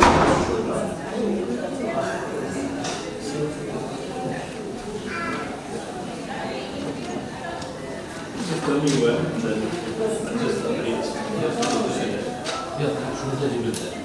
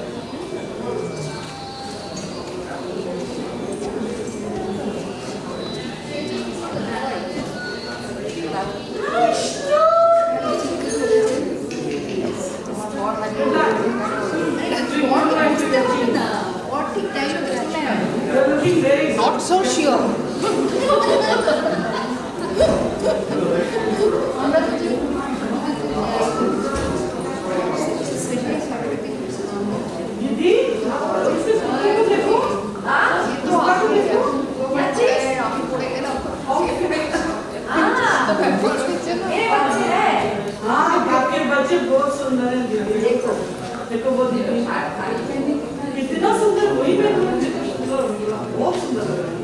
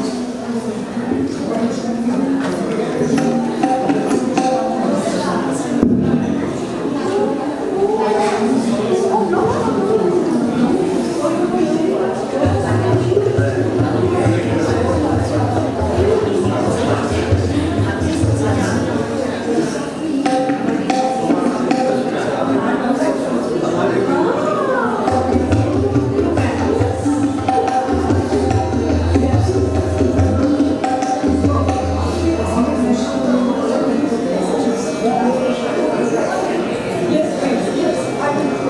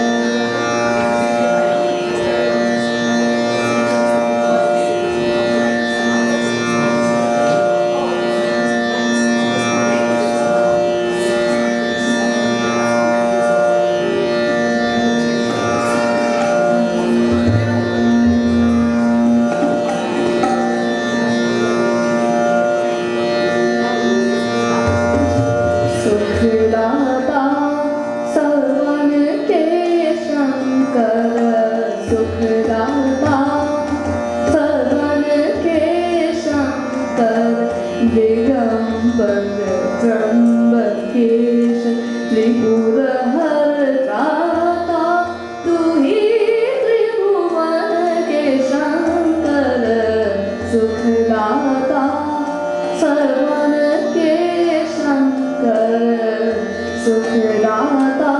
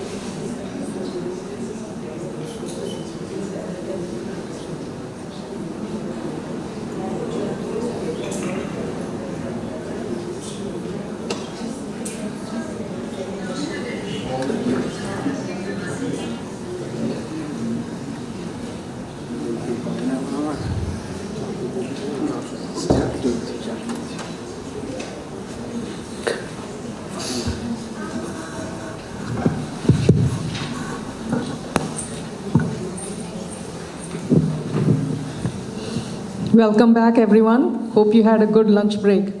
It's time now to enjoy some delightful music by the young students of Suranjali School of Music under the guidance of their teacher, Sumita ji.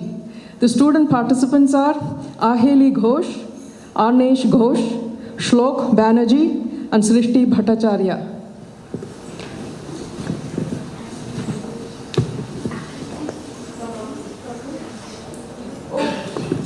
Accompanied by Chitto on tabla. Chitto Ghosh.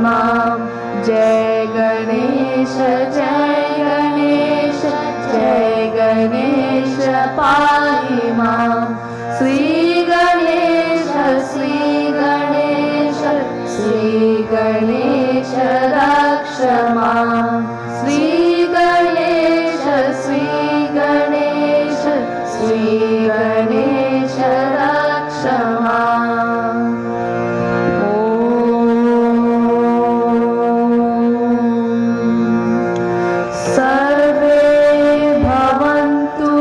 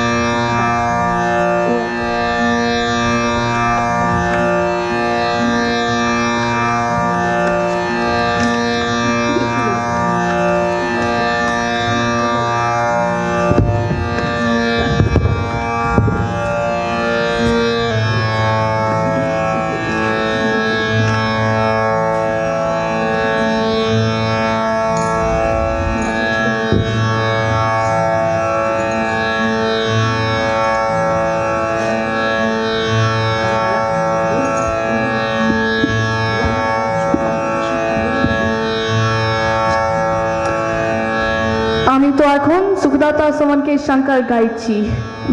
I'm now gonna sing Sukhdata Samanke Shankar by Pandit Balawantrao Bhatt.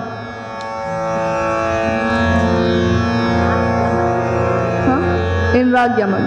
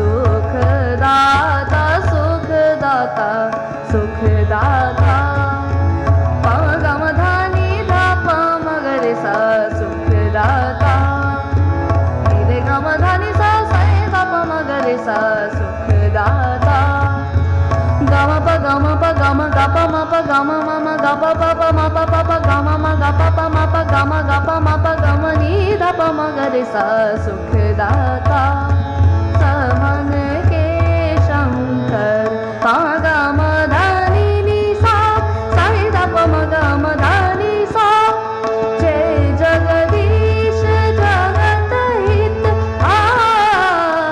jai jagadish mere ga re sa ni dha pa ma dha ni sa jai jagadish sa da pa ma ga re sa ni re ga ma ma ga ma dha da ma dha ni dha ni sa dha ni sa ma dha ni sa jai jagadish jagat hit garl pant dharta bhavaran omkar roop surya sur shiva haras dvait harta Sukhdata savan ke shankar Sukhdata savan ke shankar digambar jambakesh tripura harata tu hi tribhuvan ke shankar Sukhdata savan ke shankar Sukhdata Sukhdata Sukhdata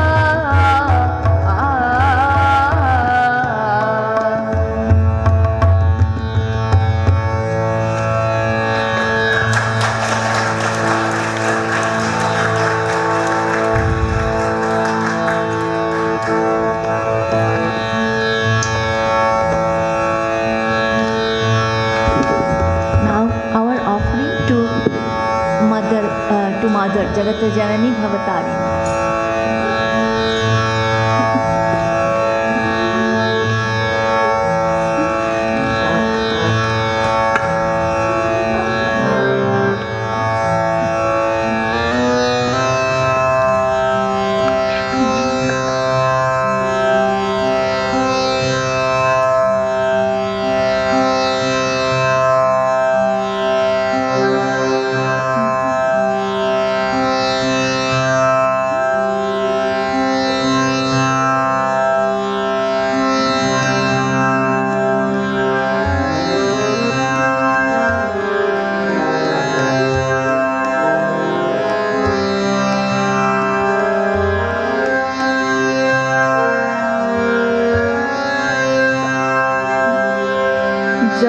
जगत जननी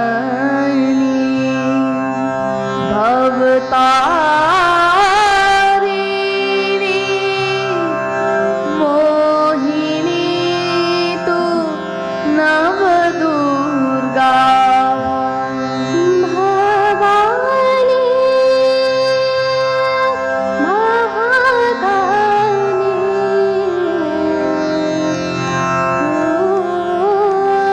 नव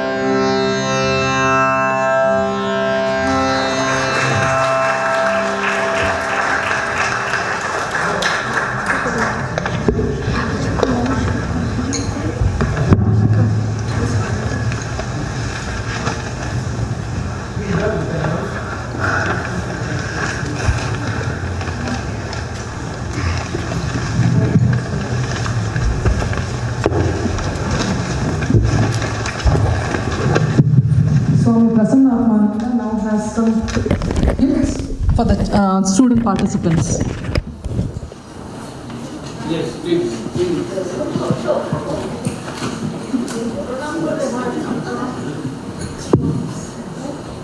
Name, please announce the name. Shlok Banerjee.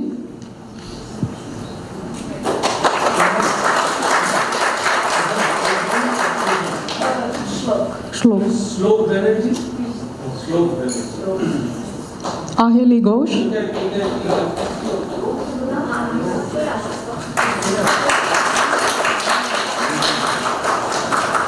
Arnesh Ghosh.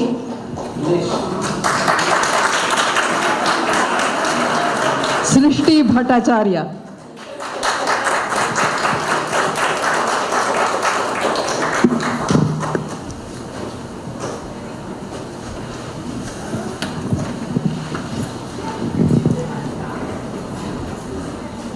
So our next speaker is Swami Sumanasananda, and he will share his talk on Catholicity in Swami Vivekananda's message.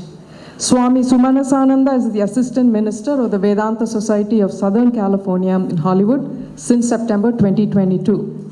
He was ordained as a monk of the Ramakrishna Order in 1991 by the 12th President of the Order, Swami Bhuteshanandaji. From 1980 to 2009, Swami Sumanasananda served in various capacities at different school centers in India. From 2009 to 2015, Swamiji served as the head of the Ramakrishna Mission Ashrama, Cherrapunji, Meghalaya, which included 68 schools, 10,000 students, and 300 teachers located in various parts of the state. Before coming to the United States, he was president of the Ramakrishna Center of South Africa since July 2015. During his time, a new center, the Ramakrishna Vedanta Center of Cape Town, was set up in December 2019. He was instrumental in installing 5 statues of Vivekananda in Durban, Ladysmith, Newcastle, Chatsworth, and Phoenix in South Africa.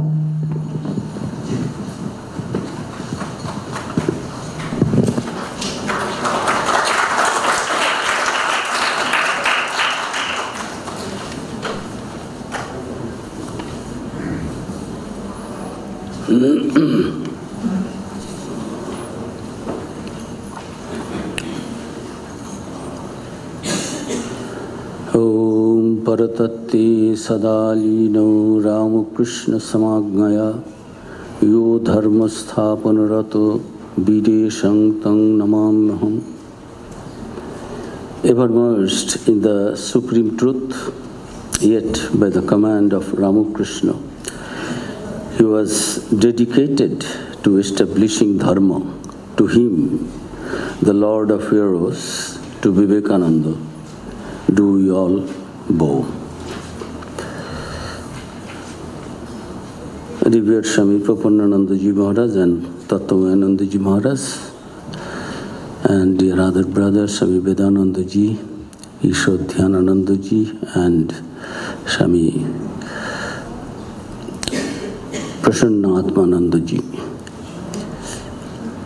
Dear devotees and friends, a very happy Independence Day to all of you. A very good afternoon. It is a wonderful day for all of us to celebrate and remember Swami Vivekananda. Celebrating Swami Vivekananda on 4th of July, as has been introduced by our MC very nicely, Prasanna Devi, that Swami Vivekananda wrote a wonderful poem to the 4th of July in Kashmir in 1898. And on this very day, he also got himself freed from this mortal coil. And this is also the Independence Day of the oldest democracy in the whole of this globe. We celebrate Thakur's Kalpataru Day. You see, 1st January. Wonderful day, whole world will celebrate.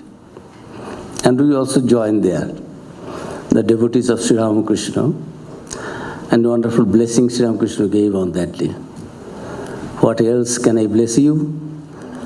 I pray, I bless that you all have your spiritual consciousness awakened. Tomader Chaitanya hok. This 1st January, all over the world will be celebrated. 4th July, America's Independence Day. It will be very nicely celebrated. And another day, Ramakrishna Mission established on 1st May Day, all over the world. And that is also a holiday.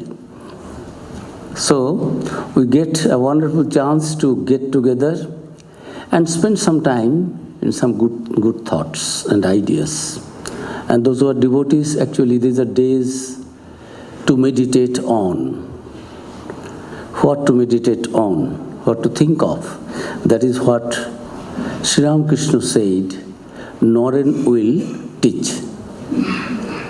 Noren will tell what to do, how to live this life, what is the goal of life, and how to live it up to the mark. So wonderful lectures we have been listening to, and also so beautiful songs. I was thinking it is better we can spend more hours. These small boys and girls, so sweetly they have been presenting under the guidance of this Mother Shumita Chakraborty, so sweet her voice and teachings also. On behalf of all of us, thanks to all the party, this musicians party led by her. Very sweet day, wonderful day we all are celebrating. These songs make our mind to raise ourselves to a higher level. So overall everything is fine, and whole day also you have been listening to the same subject, Catholicity, in Swami Vivekananda's message. Common subject, and different Swamis were speaking from different angles. How Vivekananda imbibed these Catholic ideas from his father, mother. He was brought up in such a family. Father was very open-minded and Catholic-minded, and his Guru Sri Ramakrishna, who gave validity to the whole world, not only Hinduism, not only idol worship. Some Swamiji was speaking about this idol worship. All the differences in our thoughts, ideas, understanding. Catholicity means, according to the dictionary, Catholicity, it has come from Greek word, adjective, Catholicos, meaning universal. Swami Tattvayanandaji was telling, I will speak this. Universalism, universal ideas, thoughts of Swami Vivekananda. He was an embodiment of universalism. Others speak, but Vivekananda lived that life. Universalism, Catholicity, personification of all these ideas. It is not saying something, preaching something, talking something today, tomorrow. It is not that. Whole life we find. And he got the same ideal in his Guru also, Sri Ramakrishna, as I told, who gave the validity to all the religions. Because in those days, be it in Christianity, be it in Hindus, in India, many were there. In all religions, people are not going to the churches and temples and mosques and to sit.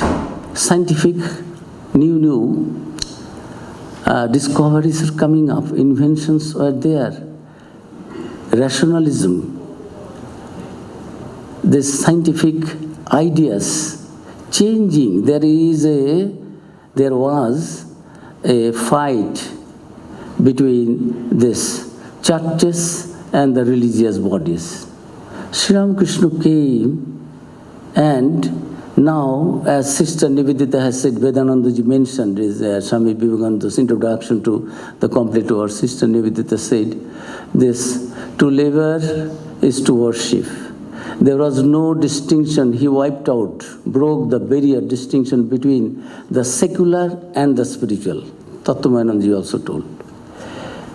What wonderful Catholic ideas. And what he preached, Sri Ramakrishna said one day in February.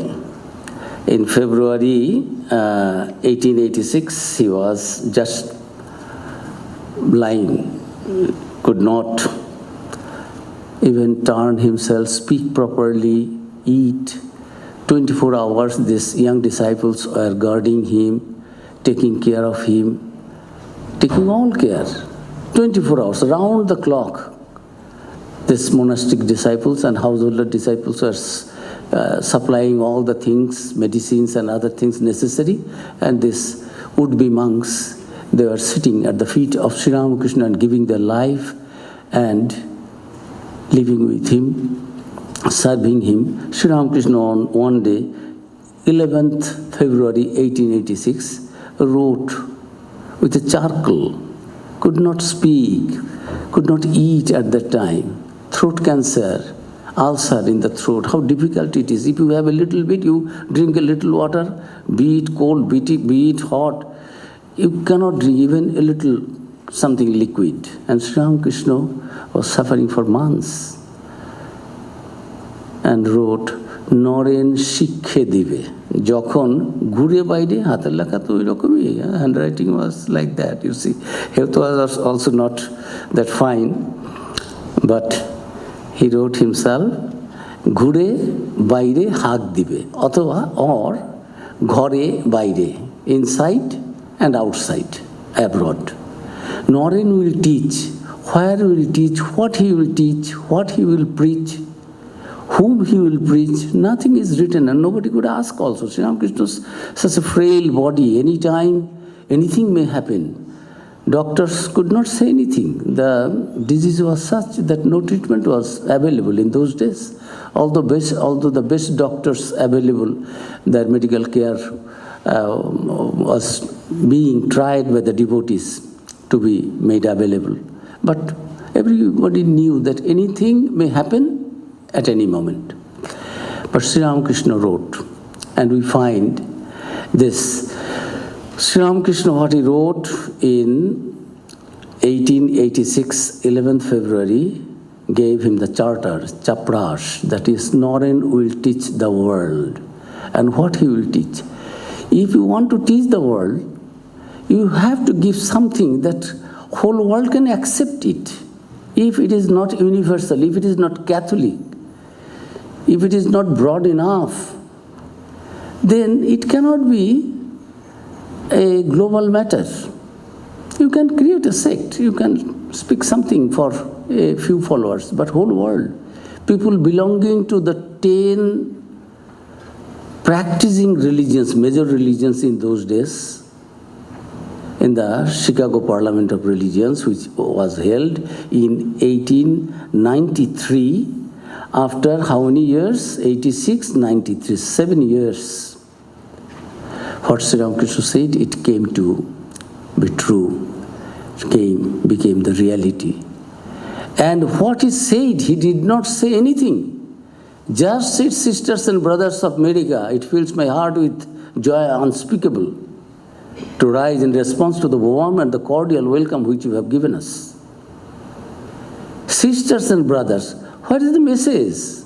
Sisters and brothers is a message. Universal Brotherhood Day is now being celebrated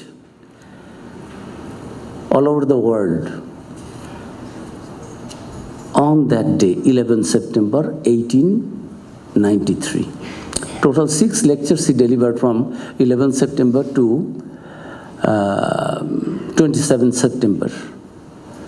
He was not supposed to do anything. Nobody knew. He was a completely unknown man. No introductory letter, no credential, no actually that he was the representative of Hinduism from India. Rather, many his brothers who in Calcutta used to sit with Keshav Chandra Sen and others at the feet of Sri Ramakrishna. Young Narendranath also was present there. They started saying about Narendranath so many bad things. He does not have any character. He is a fraud. He is not a sannyasi. He is not adhikari. Because he was not born in a Brahmin family, so-called Brahmin family. This casteism. How Sri Ramakrishna through Narendranath just spread the Vedantic ideas of this Samavad equality. I will come if I get a little time. Actually, all the things, good things, as I said, if you say speak first, you can get time and you can speak whatever is there. Nobody has yet spoken. And if you become a last speaker, there is also one plus mark that if you do not have sufficient matter in your brain, you get new ideas which others already mentioned. And if you can just tell that what else can I say, Maharaj and others have already said, and it is time also is over. So you can utilize in both ways. But so we all have become enriched during these several hours sitting here from 10:30. Through all these programs, lectures, we all can say that yes, some new things have come. And some things which we forgot, we knew, but again we are getting it reviewed and reminded again. Sri Ramakrishna said, like the tick, tick, tick, tick, like the ticking, tick sound of ticking sound of the watch. Always the mind should be there. Yes, another day is gone, another moment is gone. Am I taking God's name? What is the goal of life? Am I on the right direction? So, this Catholicism is universalism, accepting others' ideas. It is something, a quality or state of being Catholic, as in taste, sympathy, understanding, accepting other ideas, liberality, so many things. And if it is used as in the Greek adjective adverb, its meaning is katholo, means on the whole. What Swami Vivekananda said, it is universal. Not a single lecture, although the 6 lectures given in the World Parliament of Religions, after that, all the lectures, if you go and see, it is just more and more explanation, more and more other things, stories, this, that, citing, giving examples, but idea is there. What were his messages? What he actually said? Catholicity is there, we understand. What he said, others could not say. They were not that broad, that Catholic, that universal. Although we know one religion, Catholicism is there, but they cannot live with the Protestants, you see. Catholic means he will be all-embracing, accepting everyone. All ideas, yes, it is bad, automatically people will shun it. Sri Ramakrishna said, if you have 2 types of syrups, juices, one is the molasses juice syrup, another one is prepared with the sugar candy. You taste it, automatically you will leave the molasses soup. You will take, because it tastes better, it is healthier. If there is drain water and tap water and filter water and bottled water, what we will prefer? If nothing is there to save your life, whatever we get, even drain water we will drink to save our life. But if we get tap water, automatically it will go. You are not to fight and not to tell. The tap water is not telling, come to me, I am better. It is not that. Sri Ramakrishna said, if there is honey, when the flowers are blossomed, it doesn't give any advertisement like us, that the lecture is there, I have done so many things, I am so and so. So people come, don't think I am... So these are all Western ideas. In Indian monastic ideas and spiritual idea, whether you are monastic or non-monastic lay, certain things you have to do. You take Gerua or not Gerua, you leave your home and hearth or not. That is not the question. Most of our rishis and munis were householders, but they never got stuck themselves within one ashrama, garhastha ashrama, only bhoga and bhoga and bhoga, not thinking of the next step, vanaprastha, next step, sannyasa. That is the degradation problem. Otherwise, system is so nice. Brahmacharya, garhastha, vanaprastha, sannyasa. Step by step you go. Shankaracharya only telling Sri Ramakrishna harmonized that also. Swami Vivekananda, I am coming to that. Through all these messages, we find how everything is being harmonized. One after another. Every system, every ideas, every religion, every caste and creed, they have their place. Don't fight it out. Don't break, don't destroy.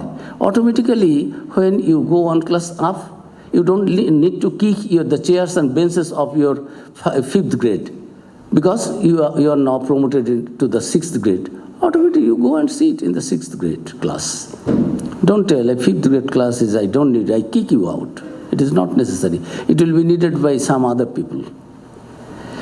Understanding attitude is Sri Ramakrishna, 11th September 1893, pre-1893, 11th September world, and post-11th September 1893 world. It is a big paradigm shift, ideas. And nobody was forced. You are all devotees, so we have said, Thakur said this, we are telling this. No. What Sri Ramakrishna's teaching was, how Catholic he was, open-minded. One day, Narendranath was talking something, Sri Ramakrishna was telling, Narendranath was giving befitting answer. Befitting means just against his ideas. And somebody says, a master has said, another devotee. Why, Naren, why don't you, senior, why don't you accept? Master said you accept. Immediately, before Naren said anything, Sri Ramakrishna says, very bad. How is it? Man, he does not believe it, and you are telling, the master said, because I have said, and he has to, no, your idea is very bad. Let him understand himself, he will accept himself. When he will know, he will know. Even the whole world stand against him. That is why Vivekananda said, even the whole, and you know the truth, and even the whole world stand against you. It will not be able to crush you down. So, Sri Ramakrishna's teaching was a different type, giving the freedom. And Swami Vivekananda got this freedom in his family life, as Maharaj was telling, testing the hubble bubble and seeing that really where the caste goes. Everything, asking, practicing, realizing his own life, then speaking the truth. Then it becomes universal. Yes, it is realized, scientific truths. It is only universal. You put your hand in the fire, you are a Brahmin, Christian, Hindu, Muslim, Buddha, Jain, Black, American, European, South African, South Indian, this mother tongue, that mother tongue, you are educated, uneducated, you are men, women, small boy, girl, or the old centurion, no matter, your hand will burn. You jump yourself or somebody pushes you into the water, you get drenched. Your body becomes wet. Universal laws are universal. Swami Vivekananda said there is no fight between the science and religion. There is the science of physical world and this is the science of spiritual world. There is the science of matter. You are practicing and boasting that that is the be-all and end-all of life. No, there is another thing is there. We have experience to know that. And that is, all these truths, universal truths, are found in the Vedas. Vedas is Ved, from the root Ved, to know. Vedas means the ocean of knowledge. All knowledge is there. But nobody is telling, claiming. Rishis, Munis, most of them did not even subscribe to their illumination. Because when you get illumined, you don't think, my name is there, announce my name. Can I get a little appreciation? I am speaker here, I am singer here, I am this. We all When we have this body consciousness, mind consciousness, we think that I am this body, we aspire for that, we hanker after that. But when I understand that sarvabhutastam atmanam sarvabhutani cha atmani ikshate yoga yukta atma sarvatra samadarshana, automatically whom to despise, whom to belittle, whom to worship and to whom to denounce, and what to be attracted to and what is to be deny and refuse. Mind becomes rishis, munis, all the universal spiritual truths are experiences of them. That is called Vedas. Vedas also unifying everything. Nowhere it is written, and Swami Vivekananda in his lecture, in the first lecture, message started. What was Swami Vivekananda's message? As Sri Ramakrishna said, Naren will teach the whole world. What? Universal messages, universal truths. Otherwise today you will hear, tomorrow after leaving this room you will get rid of it. You cannot. Truth only prevails. And spiritual truths were preached by Swami Vivekananda. Before preaching, practiced by him, not only practiced, realized by him, guided by, instructed by his guru. I was just telling that he was dedicated to his guru by the ear, by the command of, he wanted to remain absorbed in spiritual bliss, nirvikalpa samadhi. But Sri Ramakrishna said, you are not that small. Be broad-minded. Do for something others, for others. What you are thinking, others and you difference. Any difference is there? One day, Sri Ramakrishna took the smoking apparatus forcefully from Naren. Naren is telling, no, I have used it, I am preparing for you. Say, but it is already jhuta hai, I have defiled it, it is impure, I have touched my lips and tongue. You should not take it, you are senior, you are my guru, like that, as is the custom. Sri Ramakrishna said, oh, very hin buddhi, you are very little-minded, narrow-minded, don't. তুই আর আমি কি আলাহিদা? I and you and I are separated, are two. This is. It is not only we read, we quote something, we read something. It is easy to pothi parke pandit bhaye gyani na bhai koi. By reading books and scriptures, you can give lectures quoting, oh God, the whole Gita is, I have memorized, I can lecture, oh, what is great school, whole Vedas, Chaturvedi, Trivedi, Dvivedi. These Vedas, they could get it by heart. Actually, that is why it is Shruti. But only Shruti will not do, you have to realize also. A Pratyaksha Anubhuti, Aparaksha, not through my Guru. Guru has said, but it is my turn to see that. That is Sri Ramakrishna said, oh, what small-minded, mean-minded, why? It is not, it is bad. Why you are forcing Naren? Naren will himself realize, then say. So, the Naren who would not even accept Sri Ramakrishna as an avatar, he says, as a man I have the highest respect for him. He is in between God and man. I understand, ordinary people are not like him. I understand, he is something. Yes, but avatar of God, that I will not declare. In presence of Sri Ramakrishna, when his father's age, Girish Chandra Ghosh, the noted dramatist, playwright, director, actor, whatnot, all gifted, versatile genius, Dr. Mahendralal Sarkar, this Western educated, famous and agnostic, non-believer like that, but coming to Sri Ramakrishna every day, serving. Morning I came a little late, I do not know, my brother Ishodhanananda mentioned that or not. Swami Vivekananda accepted Kali after 5 years. He was coming and coming and coming, but never he learned Makali's song. He would sing so many songs from faithfully. Why should I learn a foreign language? I won't learn. But when he learned, Britishers say, what English? English is our mother tongue, but what English he spoke? It's a bronze music. It is Beethoven. It is Mozart. What is coming? What is not coming? God's way is a mysterious way, how it works.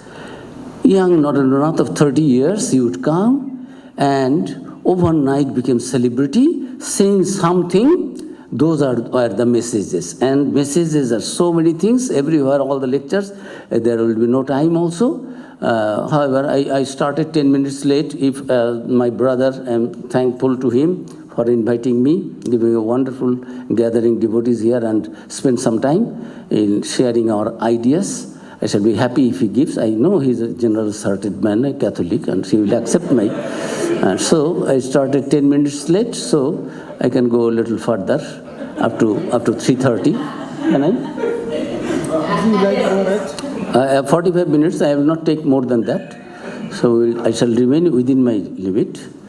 But that's what I am telling.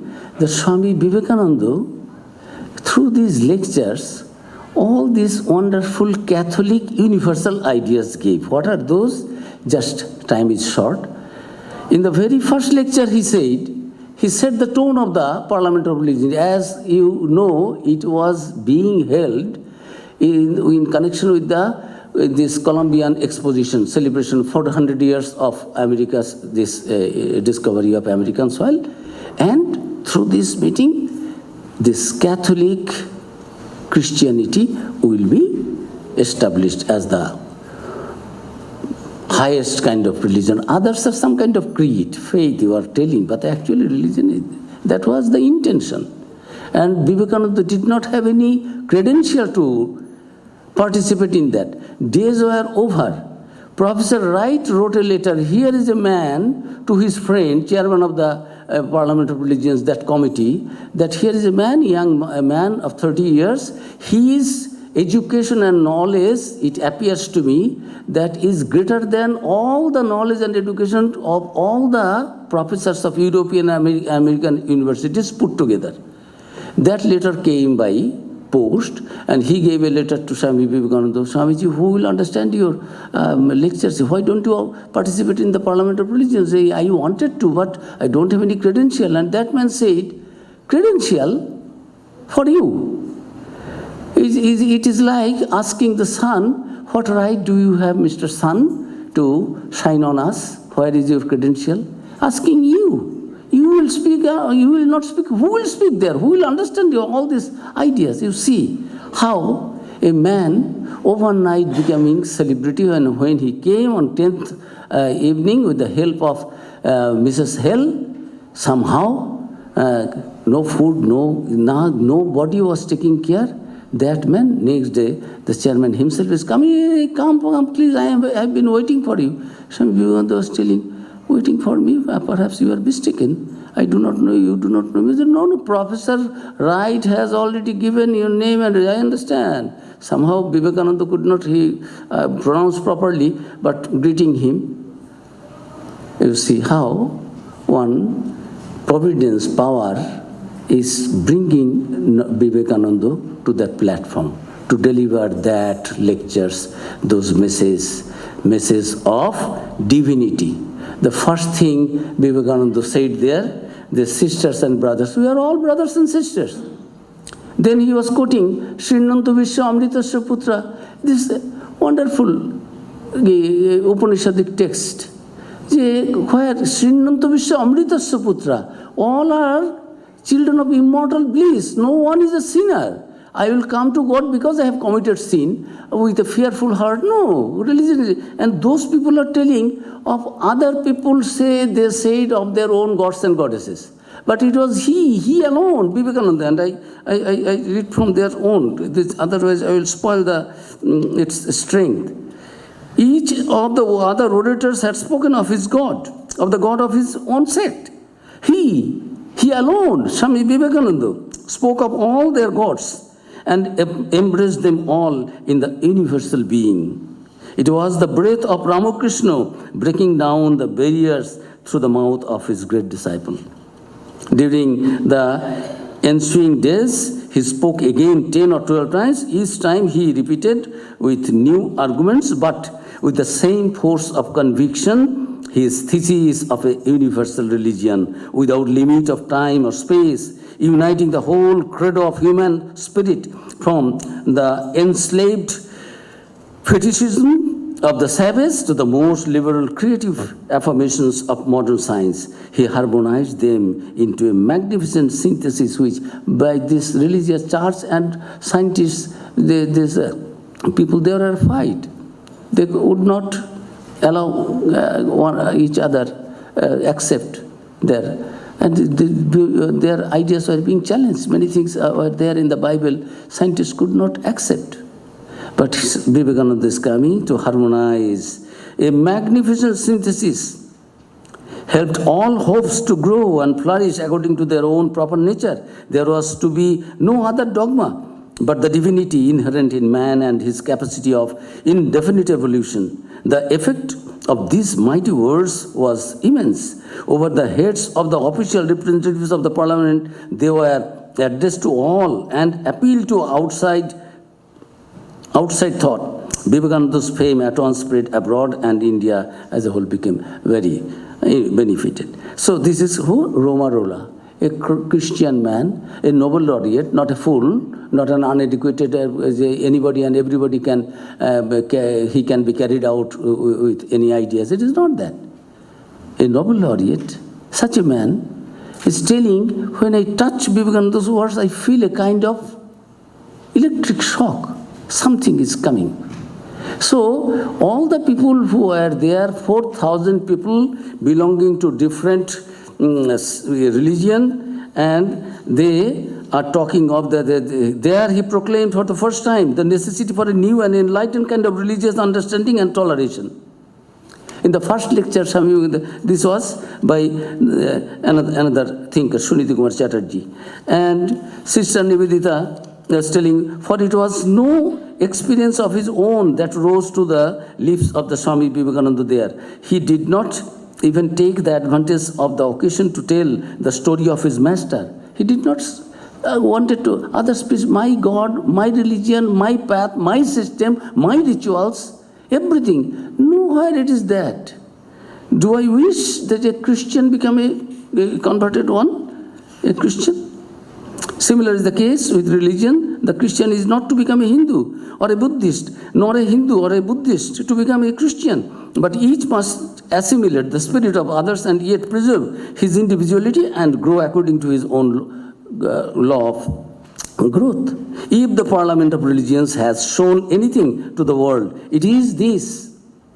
It has proved to the world that holiness, purity, and charity are not the exclusive possessions of any church in the world, and that every system has produced men and women of the most exalted character. In the face of this evidence, if anybody dreams of the exclusive survival of his own religion and the destruction of the others, I pity him from the bottom of my heart and point out to him that upon the banner of all religions soon it will be written, in spite of resistance, health and not fight, assimilation and not destruction, harmony and peace and not dissension. In the final lecture, he was there. And these organizers knew that every day he would be given the chance to speak at the end, because if he speaks in the beginning, no audience will be there.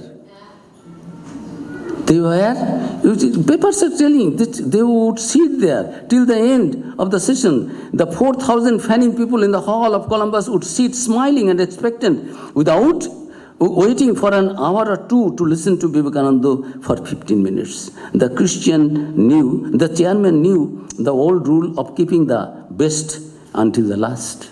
Just see how an unknown man saying something completely new to them, a heathen whose religion was being questioned, and that was not at all a religion, he was speaking of the divinity of man, harmony of religion, which is all Catholic and universal. Divinity of man, I am not changing you, I am not converting you, which you are doing. I am just transforming, I am just getting you, helping you, making you aware. In one lecture, somebody said it is blasphemy. We are talking, we cannot become divine, we cannot become God, one brother said. Then he said, I am dehypnotizing you, all are already hypnotized. I am trying my level best to dehypnotize you. Divinity, religion, universal brotherhood, harmony of religions, All these ideas, this believing in fearlessness, abhi, strength, all power is within you, through all path, yato mat tato path, as many faiths, so many paths, as many paths, so many faiths, so many paths. You can go forward, follow one. But be true to your path and your ideas and to your God and to yourself. Have faith, strength, shraddha, self-respect, believing in your own God, not having anything wrong with others. All these ideas are Catholic. And Swami Vivekananda himself was this personification of Catholicism. All the ideas are universal. So it was a new thing to others because they were mostly the frogs of the small well, and Vivekananda opened their eyes that you are not frogs of the well, you are all the frogs from the ocean of knowledge, everywhere in all religion. God is one, ekam sat vipra bhutavadundi. We are all trying to reach that, knowingly or unknowingly. Ruchinang Boichitra Adrejukutillo Nana Patujusang Ninamiko Gamma, meaning as the different springs, rivers having their origin in different places, following crooked or straight path, finally they mingle their waters in the ocean. So also people belonging to different caste, creed, religion, race, all are trying to know that one, truth is one. And he preached the truth, and truth is God, God is truth, God is one, truth is the highest thing. Everything can be destroyed, but truth cannot. Satyameva jayate, finally truth will prevail. So thank you very much for your patient hearing. We have a wonderful day. Let us pray to Swami Vivekananda to be blessed with his blessings, with these ideas, Catholicity, broadness, believing in our own selves, our own religion, our own customs, but at the same time accepting, not only toleration. We believe, Swamiji said, we believe in universal acceptance. They all are trying to reach the God, and we should not fight each other, and rather we should have universal brotherhood. And that will be possible only when we will know that we are divine. And the goal of all religion is nothing else but to manifest the divinity within. Let us all try that and spread this message to others also. Then it will bring, as Swami Vivekananda said, Atmanamokshartam Jagat Hitayaja, one's own self-liberation, and also it will do good to the whole humanity, whole world, for which he and his Guru came, and that is the goal of all religions, whether we know it or not know it. Thanks to all of you.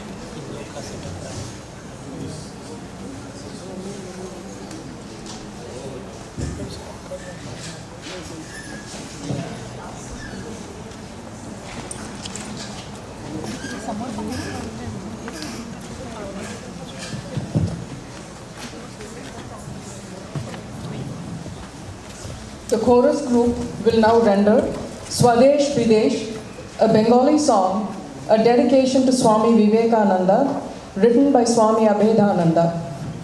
This song celebrates Swami Vivekananda's glorious feats and conquests in all directions of the world, from the time of his advent on earth to the founding of the Ramakrishna order.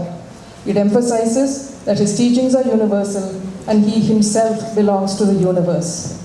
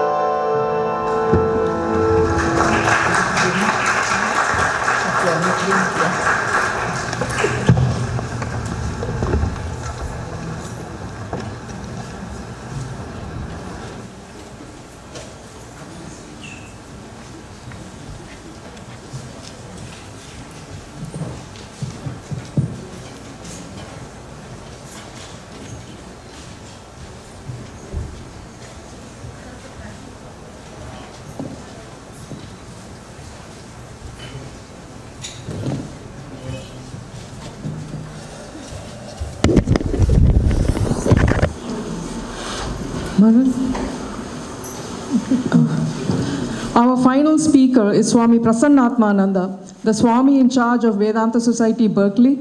He received his sannyasa vows in 1995 from the 12th president of the order, revered Swami Bhuteshanandaji. Swami Prasannatmananda came to the US in 2011 as Assistant Swami at the Berkeley Center and assumed its leadership in 2014. Swami Prasannatmananda's years of service are dedicated to spiritual practice, religious worship, scriptural studies, counseling, writing articles, and meditation. He conducts spiritual discourses and theological lectures and participates in invited talks, conferences, and interfaith seminars. Let me offer my pranams to all the senior Swamis and my good wishes to all of you who have been joining this beautiful spiritual retreat from the morning. I'm thankful to all the Swamis for accepting our request and participating in this spiritual retreat. You have heard a couple of excellent lectures from the morning on the same theme, Catholicity in Swami Vivekananda's message. I am also going to speak on the same theme. And one thing reverberated again and again, the harmony, and that is the Catholicity, and the universalism. So universality and harmony is the two main things in the ingredient of Catholicity.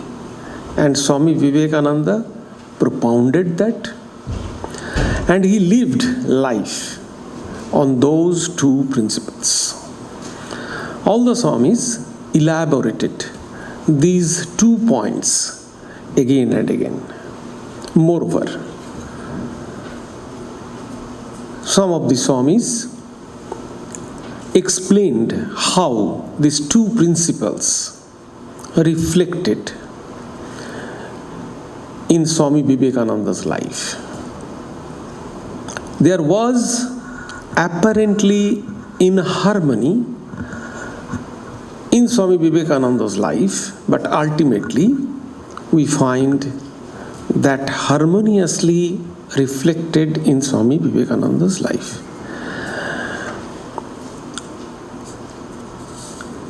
I shall speak on those same 2 points.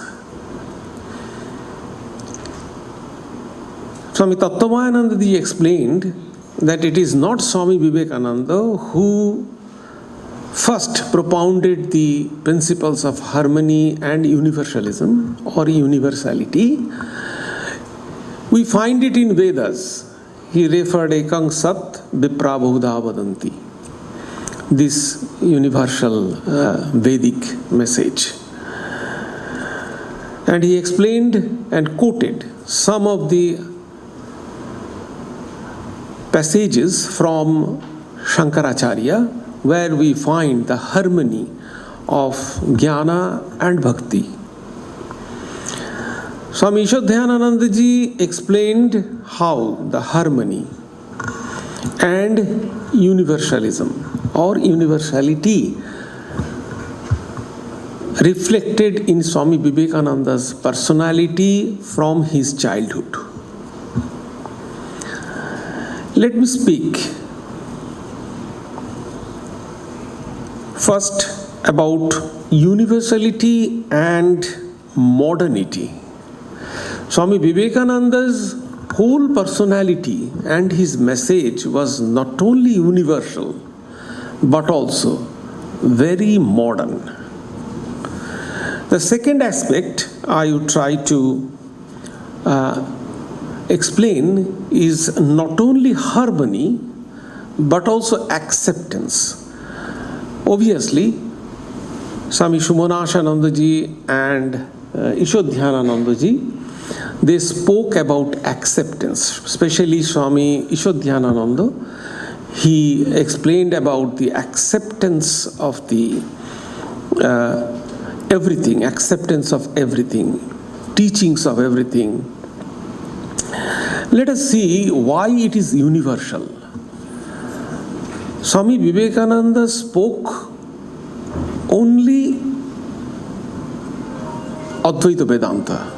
He explained everything in Advaita Vedanta, and not only Advaita Vedanta, Bhakti also. But Bhakti is not very different from Advaita. If you think that Bhakti and Jnana, there is not much difference. These are only very little difference. There are 3 types of Vedas. Veda means differences. So these are only Swagata Veda. So very little difference. I am not going to that particular point, but what I would like to explain is this. Swami Vivekananda was living Vedanta, embodiment of Advaita Vedanta. And Advaita, Brahman is universal. Universal means it cannot be limited by space, time, and name and form.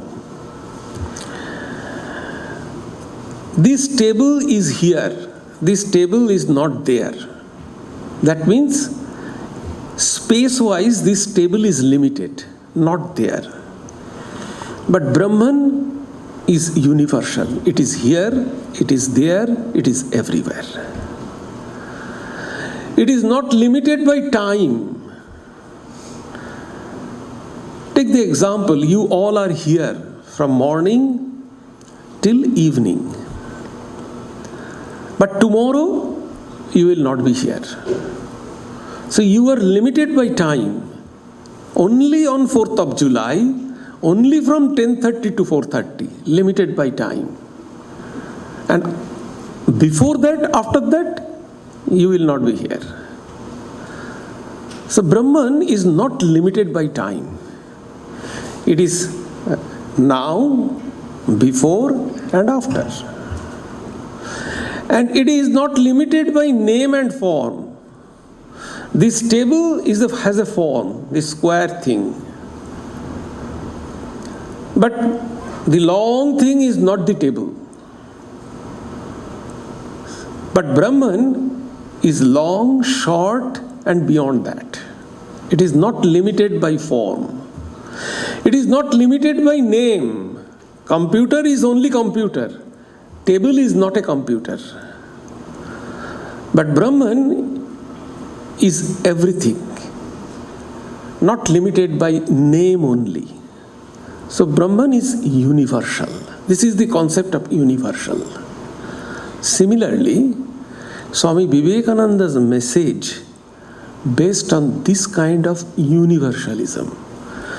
The discovery of science, laws of gravitation, is universal. Laws of gravitation is true here, there, and everywhere. That is a truth. Which is universal is truth. And it is verifiable. So, result of science is verifiable. Similarly, Swami Vivekananda's message is this.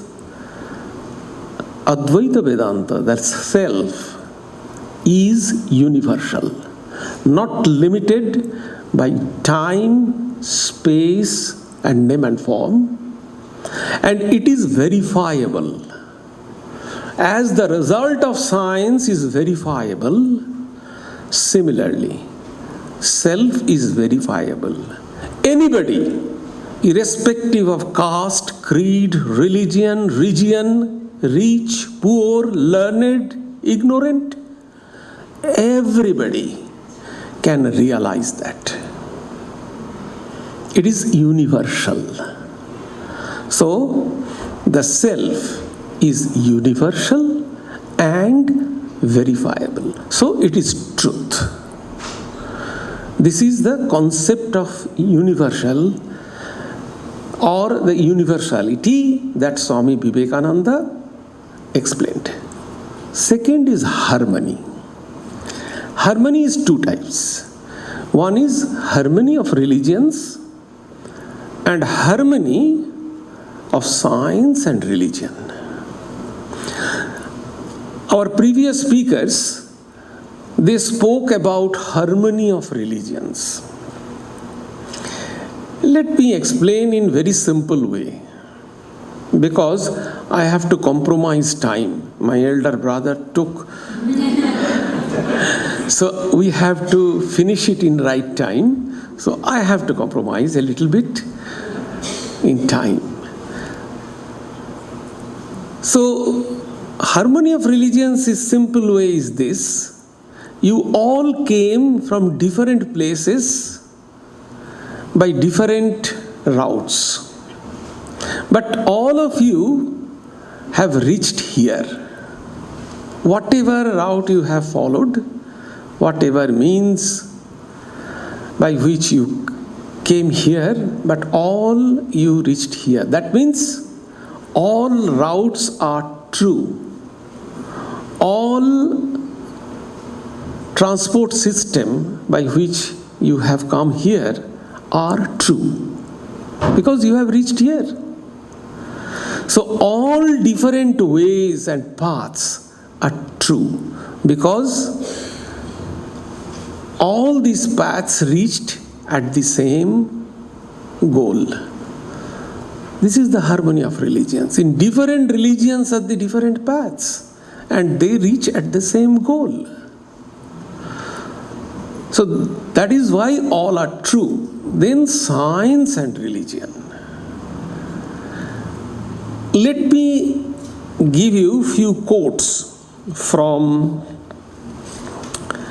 very famous scientists and philosophers. Philosophers are also scientists, you know.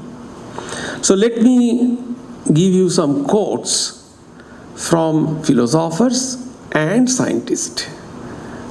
Then I shall explain how Swami Vivekananda harmonizes science and religion. Let me quote from Dr. Radhakrishnan. He said that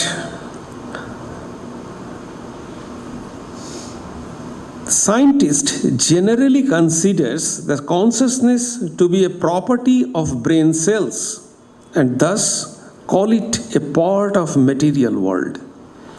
They think that they can discover the secret of consciousness as they discover the facts of the objective world. But the scientific discoveries are derived from the source other than science itself. Then, almost same thing said by Max Planck. He said, science cannot solve the ultimate mystery of nature. And that is because the last analysis, we ourselves are part of the mystery we are trying to solve. That is why science cannot solve the mystery of this world. Because the scientist in the last lap, scientist becomes the part of that. When you will become the part of that, you cannot solve it. It is because only one thing we can solve. Only we can see something which is different from us, which is identified with us. We cannot see it.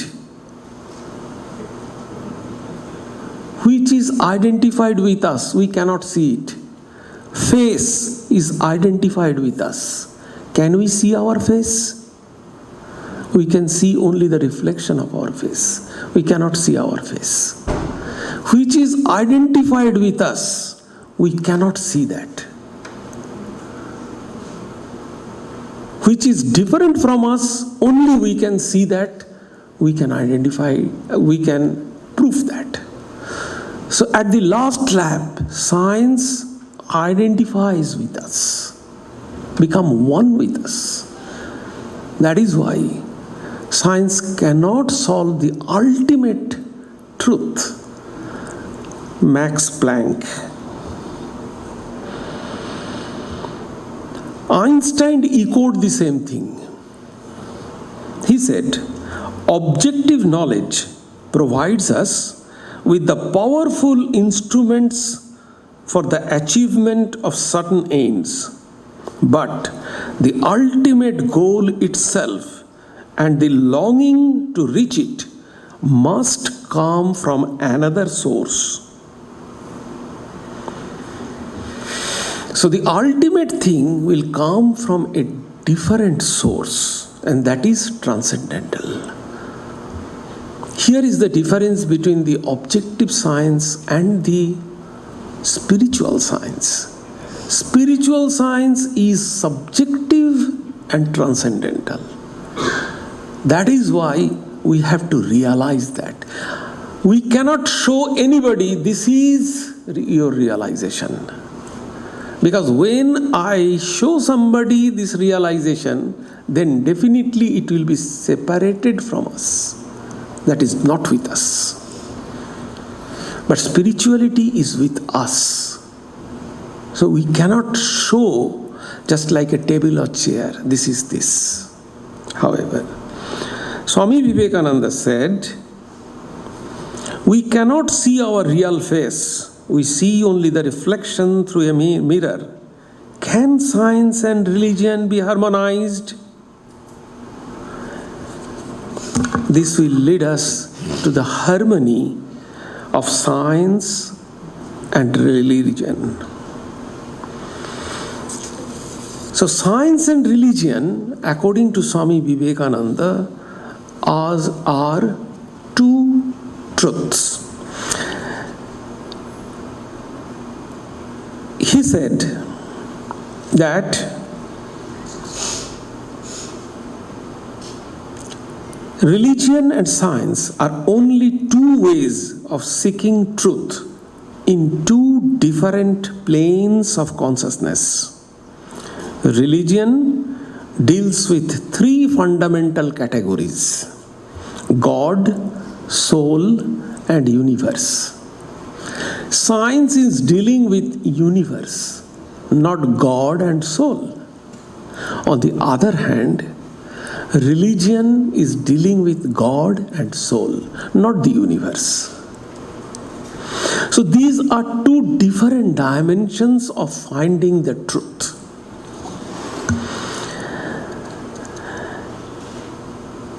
Science omits the first two, but is accurate and thorough in its study according to towards universe. Here again, many discoveries of science like law of conservation of matter, theory of evolution, theory of relativity, laws of thermodynamics second and third is very similar to the Vedantic concept about the universe. Thus, Swamiji pointed out, religion deals with truth of the metaphysical world, just as chemistry and other natural sciences deal with the truths of physical world. The book one must read to learn chemistry is the book of nature. The book from which to learn religion is your mind and heart. The sage is often ignorant of physical science because they read the wrong book, the book within. And the scientist is too often ignorant of religion because they too read the wrong book, the book without. Why then do we hear so much conflict between the science and religion? Because they are finding the truth in two different levels of consciousness.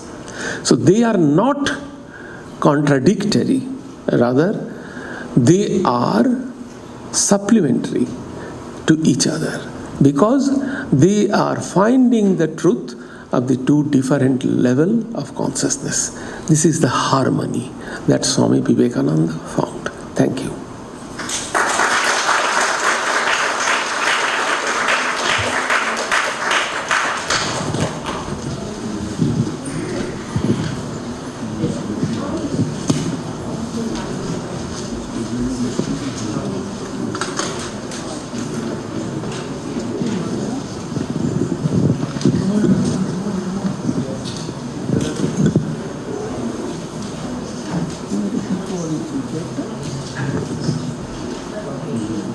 Our last and final event for the evening is going to be a treat. We have some enchanting instrumental music. The participants in this group are Visham Patak, Shivam Patak, Ruhika Bahekar, Mihika Bahekar, and Mihika Maharana. This group is guided by and harmonized by Sri Satish Gadadkar. They may take a few minutes to set up. They will set up, and then one of their own members will speak a little bit more about what they're going to be playing and who is playing what instrument. So give a few minutes, please.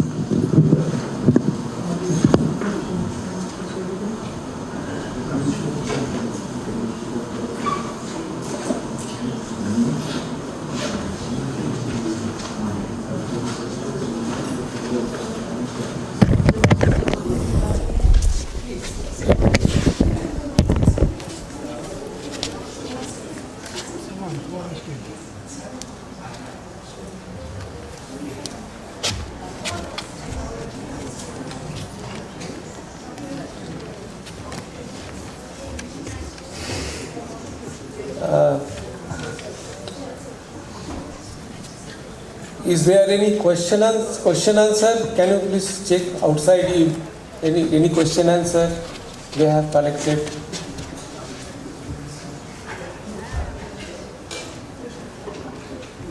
I don't think any question came. Is there any question?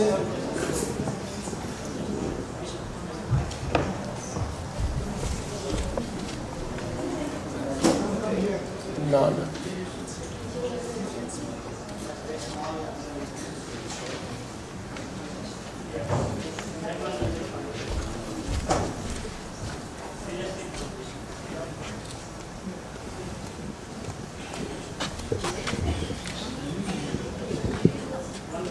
To whom, anybody? Specific? Anything?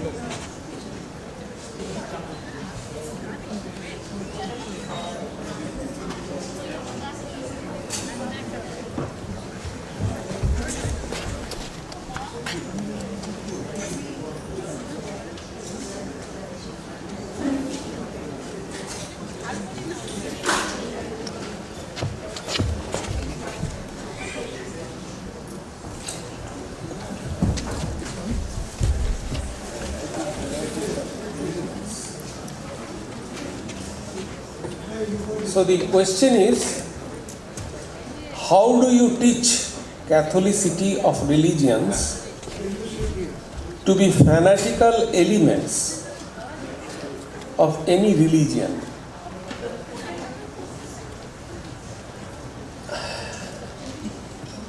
I don't think Catholicity is the fanatical element.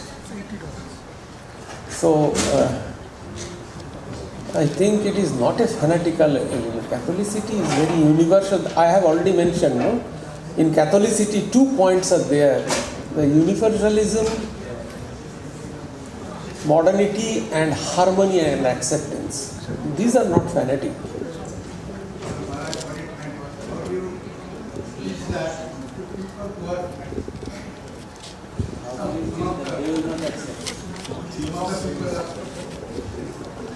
So Vedanta doesn't believe in teaching. Vedanta believes transformation. So one has to transform, and the process is Sravana, Manana, Nididhyasana. Listen to it, reflect on it and practice it, meditate on it. That's the point. So there is no any kind of teaching or giving classes and everything.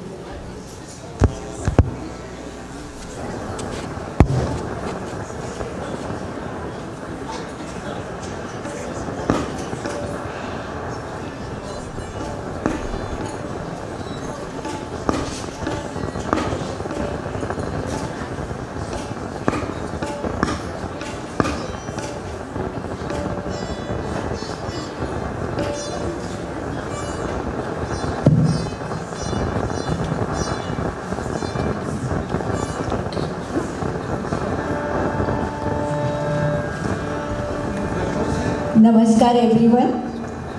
On behalf of Mr. Satish Gadadkar, Shaila Gadadkar here, I thank Mr. Gangadhar from Vedanta Society, Berkeley, for giving this opportunity to perform here for the occasion of 125 years of Ramakrishna Mission. We are very fortunate to have skilled students of our friends to present their talents.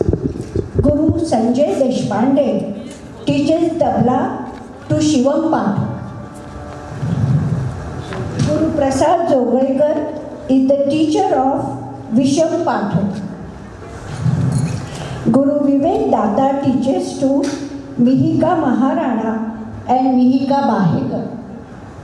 Ruhika Bahekar learns violin from Guru Satish Gadadkar and Guru Milind Raikar. Under the guidance of Guru Satish Gadadkar, these children present instrumental music for you today. We seek your blessings for these budding artists. Thank you. Thank you everyone.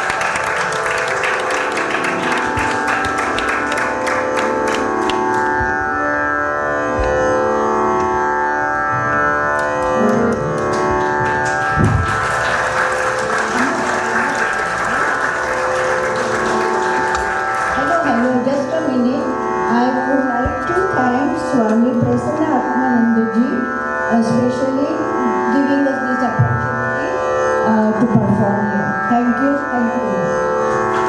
Thank you one and all.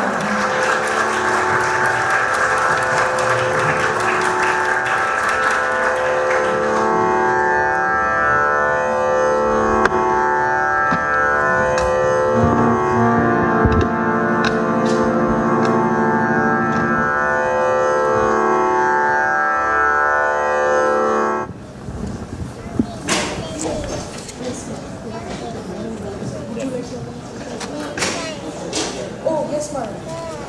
As the dismantling, it's a good time to do this one.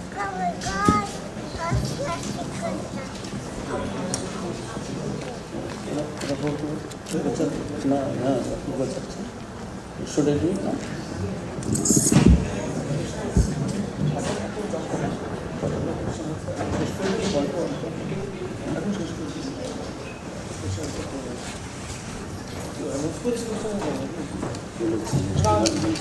No question answer right now. It is finished.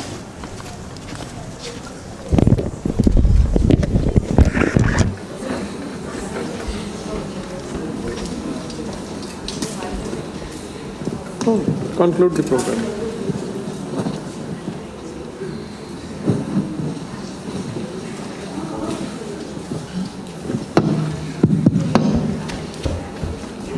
So on that uplifting, great musical note, we conclude our event today.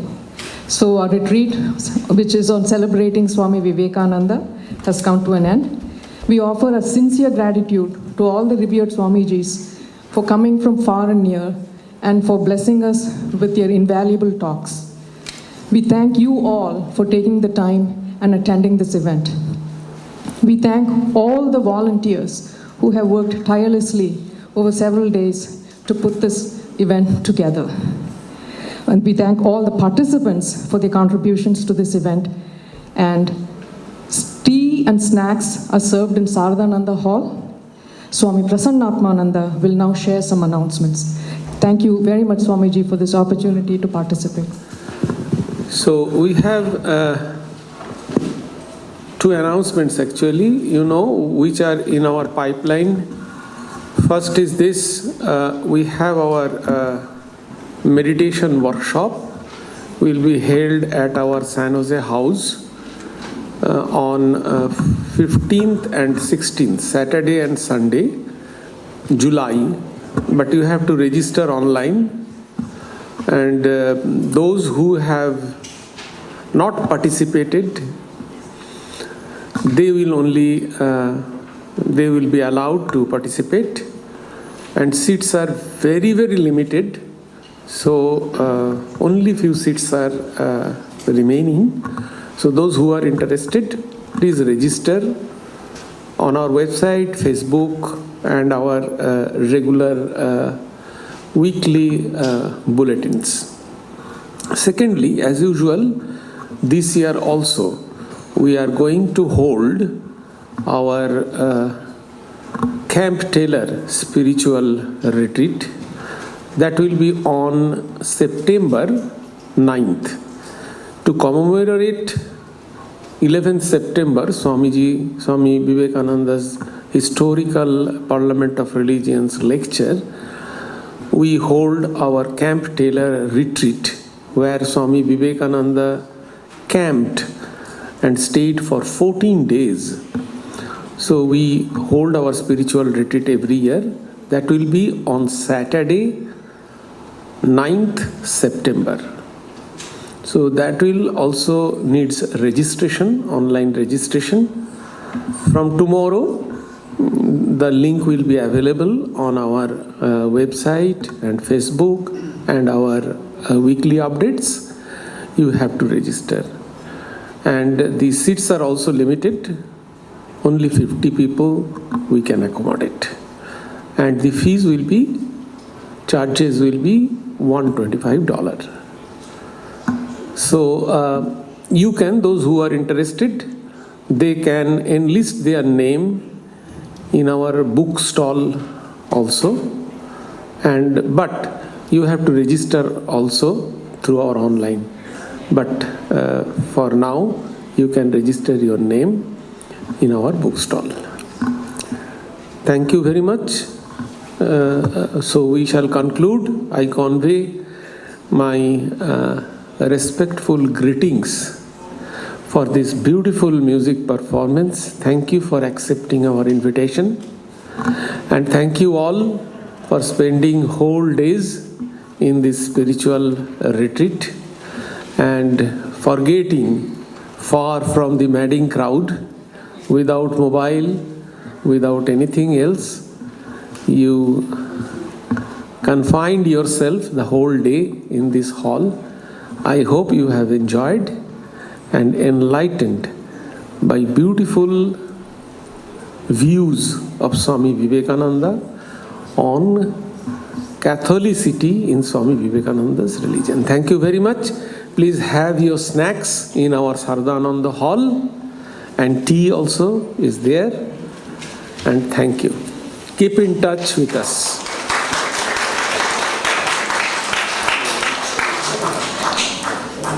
And I would request Dovalji and you, please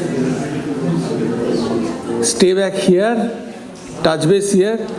I have already requested some Swamis to give your answer one-to-one. So I hope the Swamis will kindly give you the answer.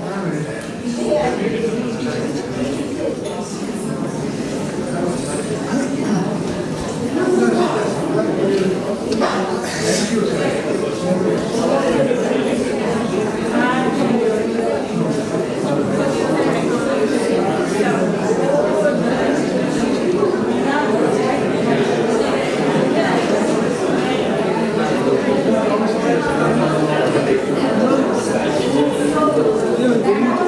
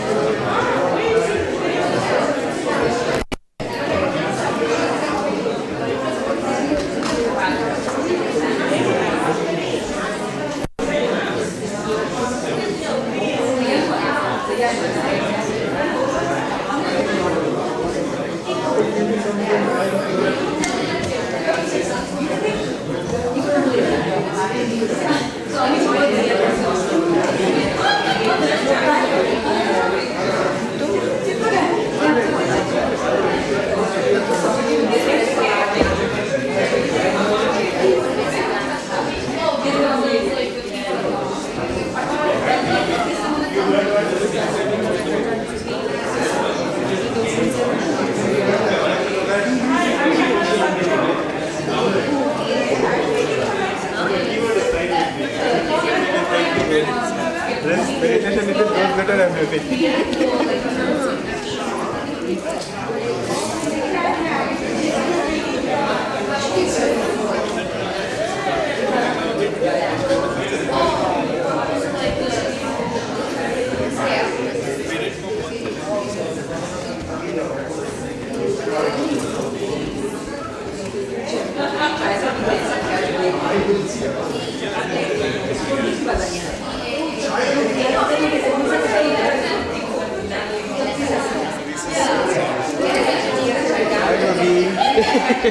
to see you. How are you doing? Good. I got your phone number from DD. So get in touch.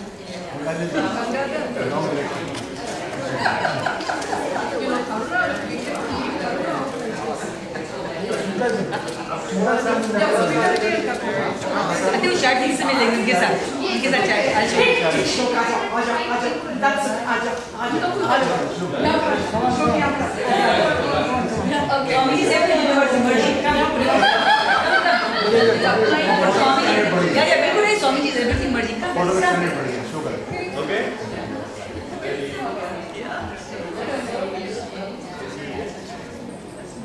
Thank you so much. अभी chart देखो करुणा जी का तो नहीं है मिलेगा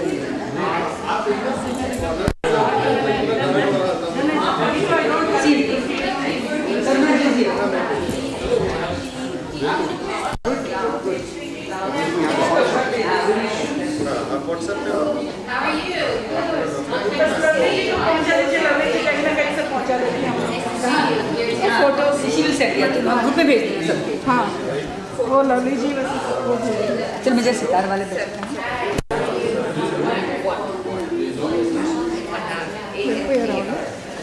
ఇది ఆఫర్డా అన్ఆఫర్డా flowers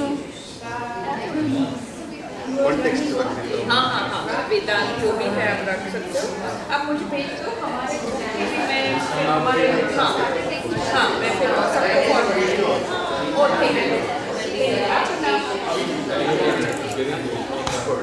Look at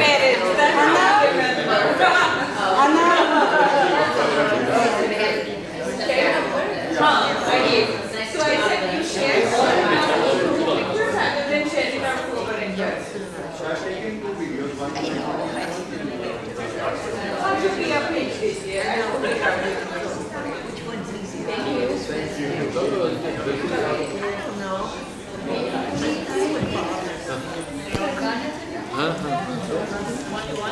हमसो वो दादा तो ये तुम चलो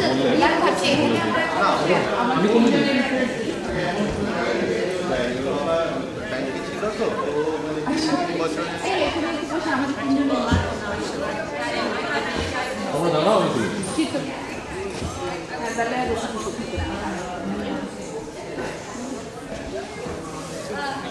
just click to it.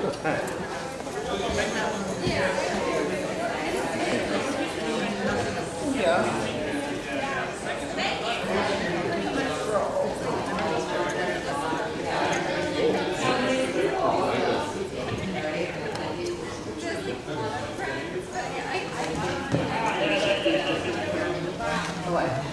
Margaret's like, where did she go?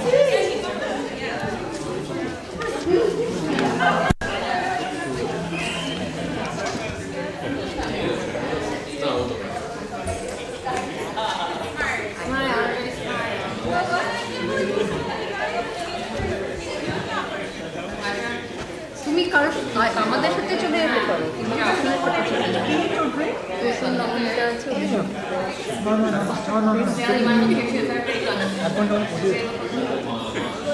এখান থেকে ট্রেন স্টেশন কি কেটে তারপরে ওখানে নেমে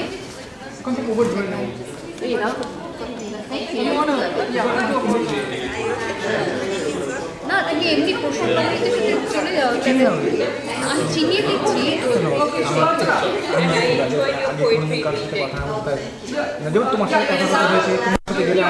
তো আমাদের সাথে চলে যাও তুমি সেন্টার ক্লাস থেকে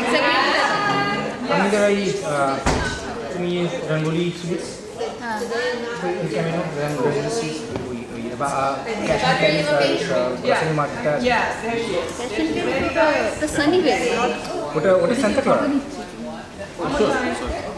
আমি খেয়ে এলাম যেটা এল ক্যামিনোর উপরে ক্যাশ এন্ড ক্যারি ওটা তো সানিওয়ে ওটাই ওটাই আচ্ছা যাই হোক ওখানেই আমি থাকি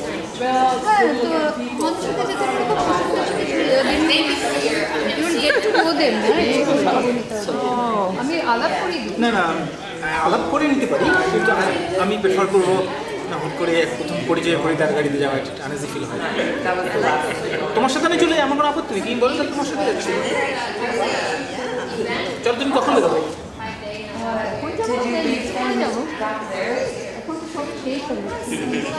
আমার দেখা হলো কথা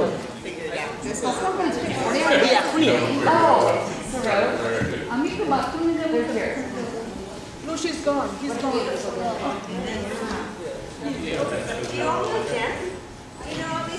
I invite Amy. Of course. Yes. Yeah. What a beautiful day. Such a great day. Pamela. Hi. Hello. Genevieve. Namaste. Good to everybody. And you're Saroj. Saroj. Saroj. Saroj.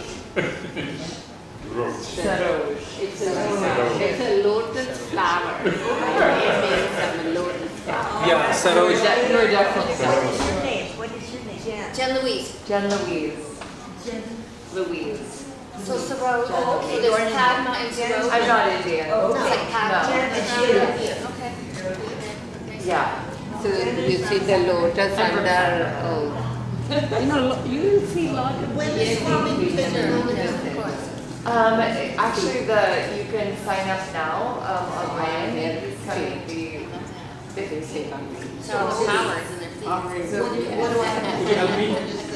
Because I just wear shoes. You need their asking that you register for his retreat. For one day retreat. Perfect. When is that? In 2 weeks. I've been coming from Saturday. Actually, less than 2 weeks. Then I get 10 days. Yeah, okay. So not this Saturday, but the following Saturday. And we're asking that everyone registers so they know right how much. Well, we've got some huge boards, some majors, Oh, yeah, then you know, this is Swami in Hollywood when I was there. That'll be great. I know it's been a few years. He will tell you, every year he says, see this girl, Thank you. Like Sarah. you're not a happy self. We can buy a little. You never, Chalo. you never. I hear it. The road. Yeah. It's the road. It's so nice to meet you. I'll see you around. I hope so. Yes. I come every once in a while, so hopefully I'll see you on Sunday. Yeah, thanks. Maybe you will on Sunday. So I don't know when I'm going to be next. I had it okay. My sister comes. I don't know. You'll have to look at it. Oh, I'm sure. Yes. Bye.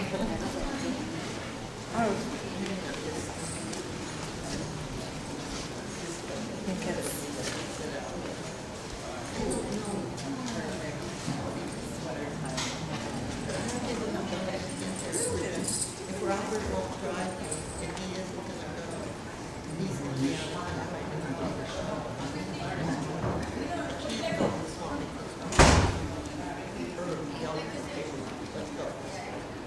I don't know.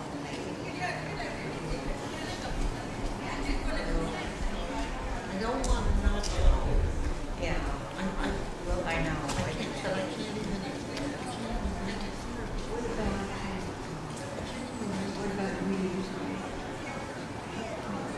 Deborah? Robert, well, I'm gonna call Robert. Yeah. And hopefully, he oftentimes at this time of year goes to visit his son.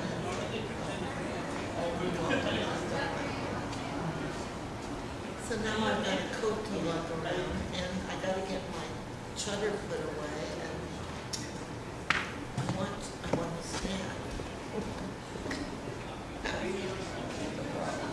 I know. What's wrong with this picture, right?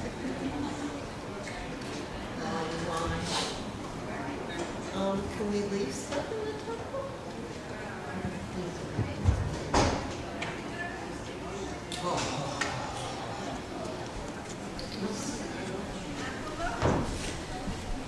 See you, Subhadra. See you, folks. I need to take off. See you.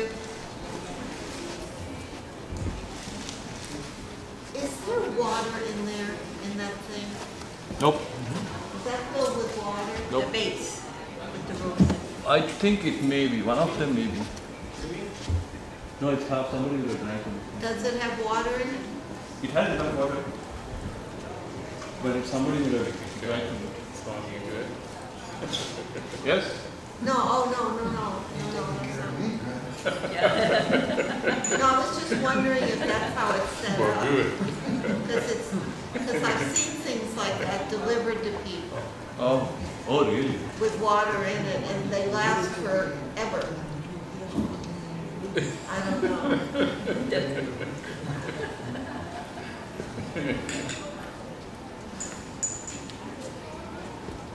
Swami. All right, man. See you. I'm ready, and whenever you tell me, I'll go get it. I already had my snack. So I can bring the car around to, where I dropped you off. Okay, let me know. Okay, bye-bye. He's ready. No, 10 more minutes. He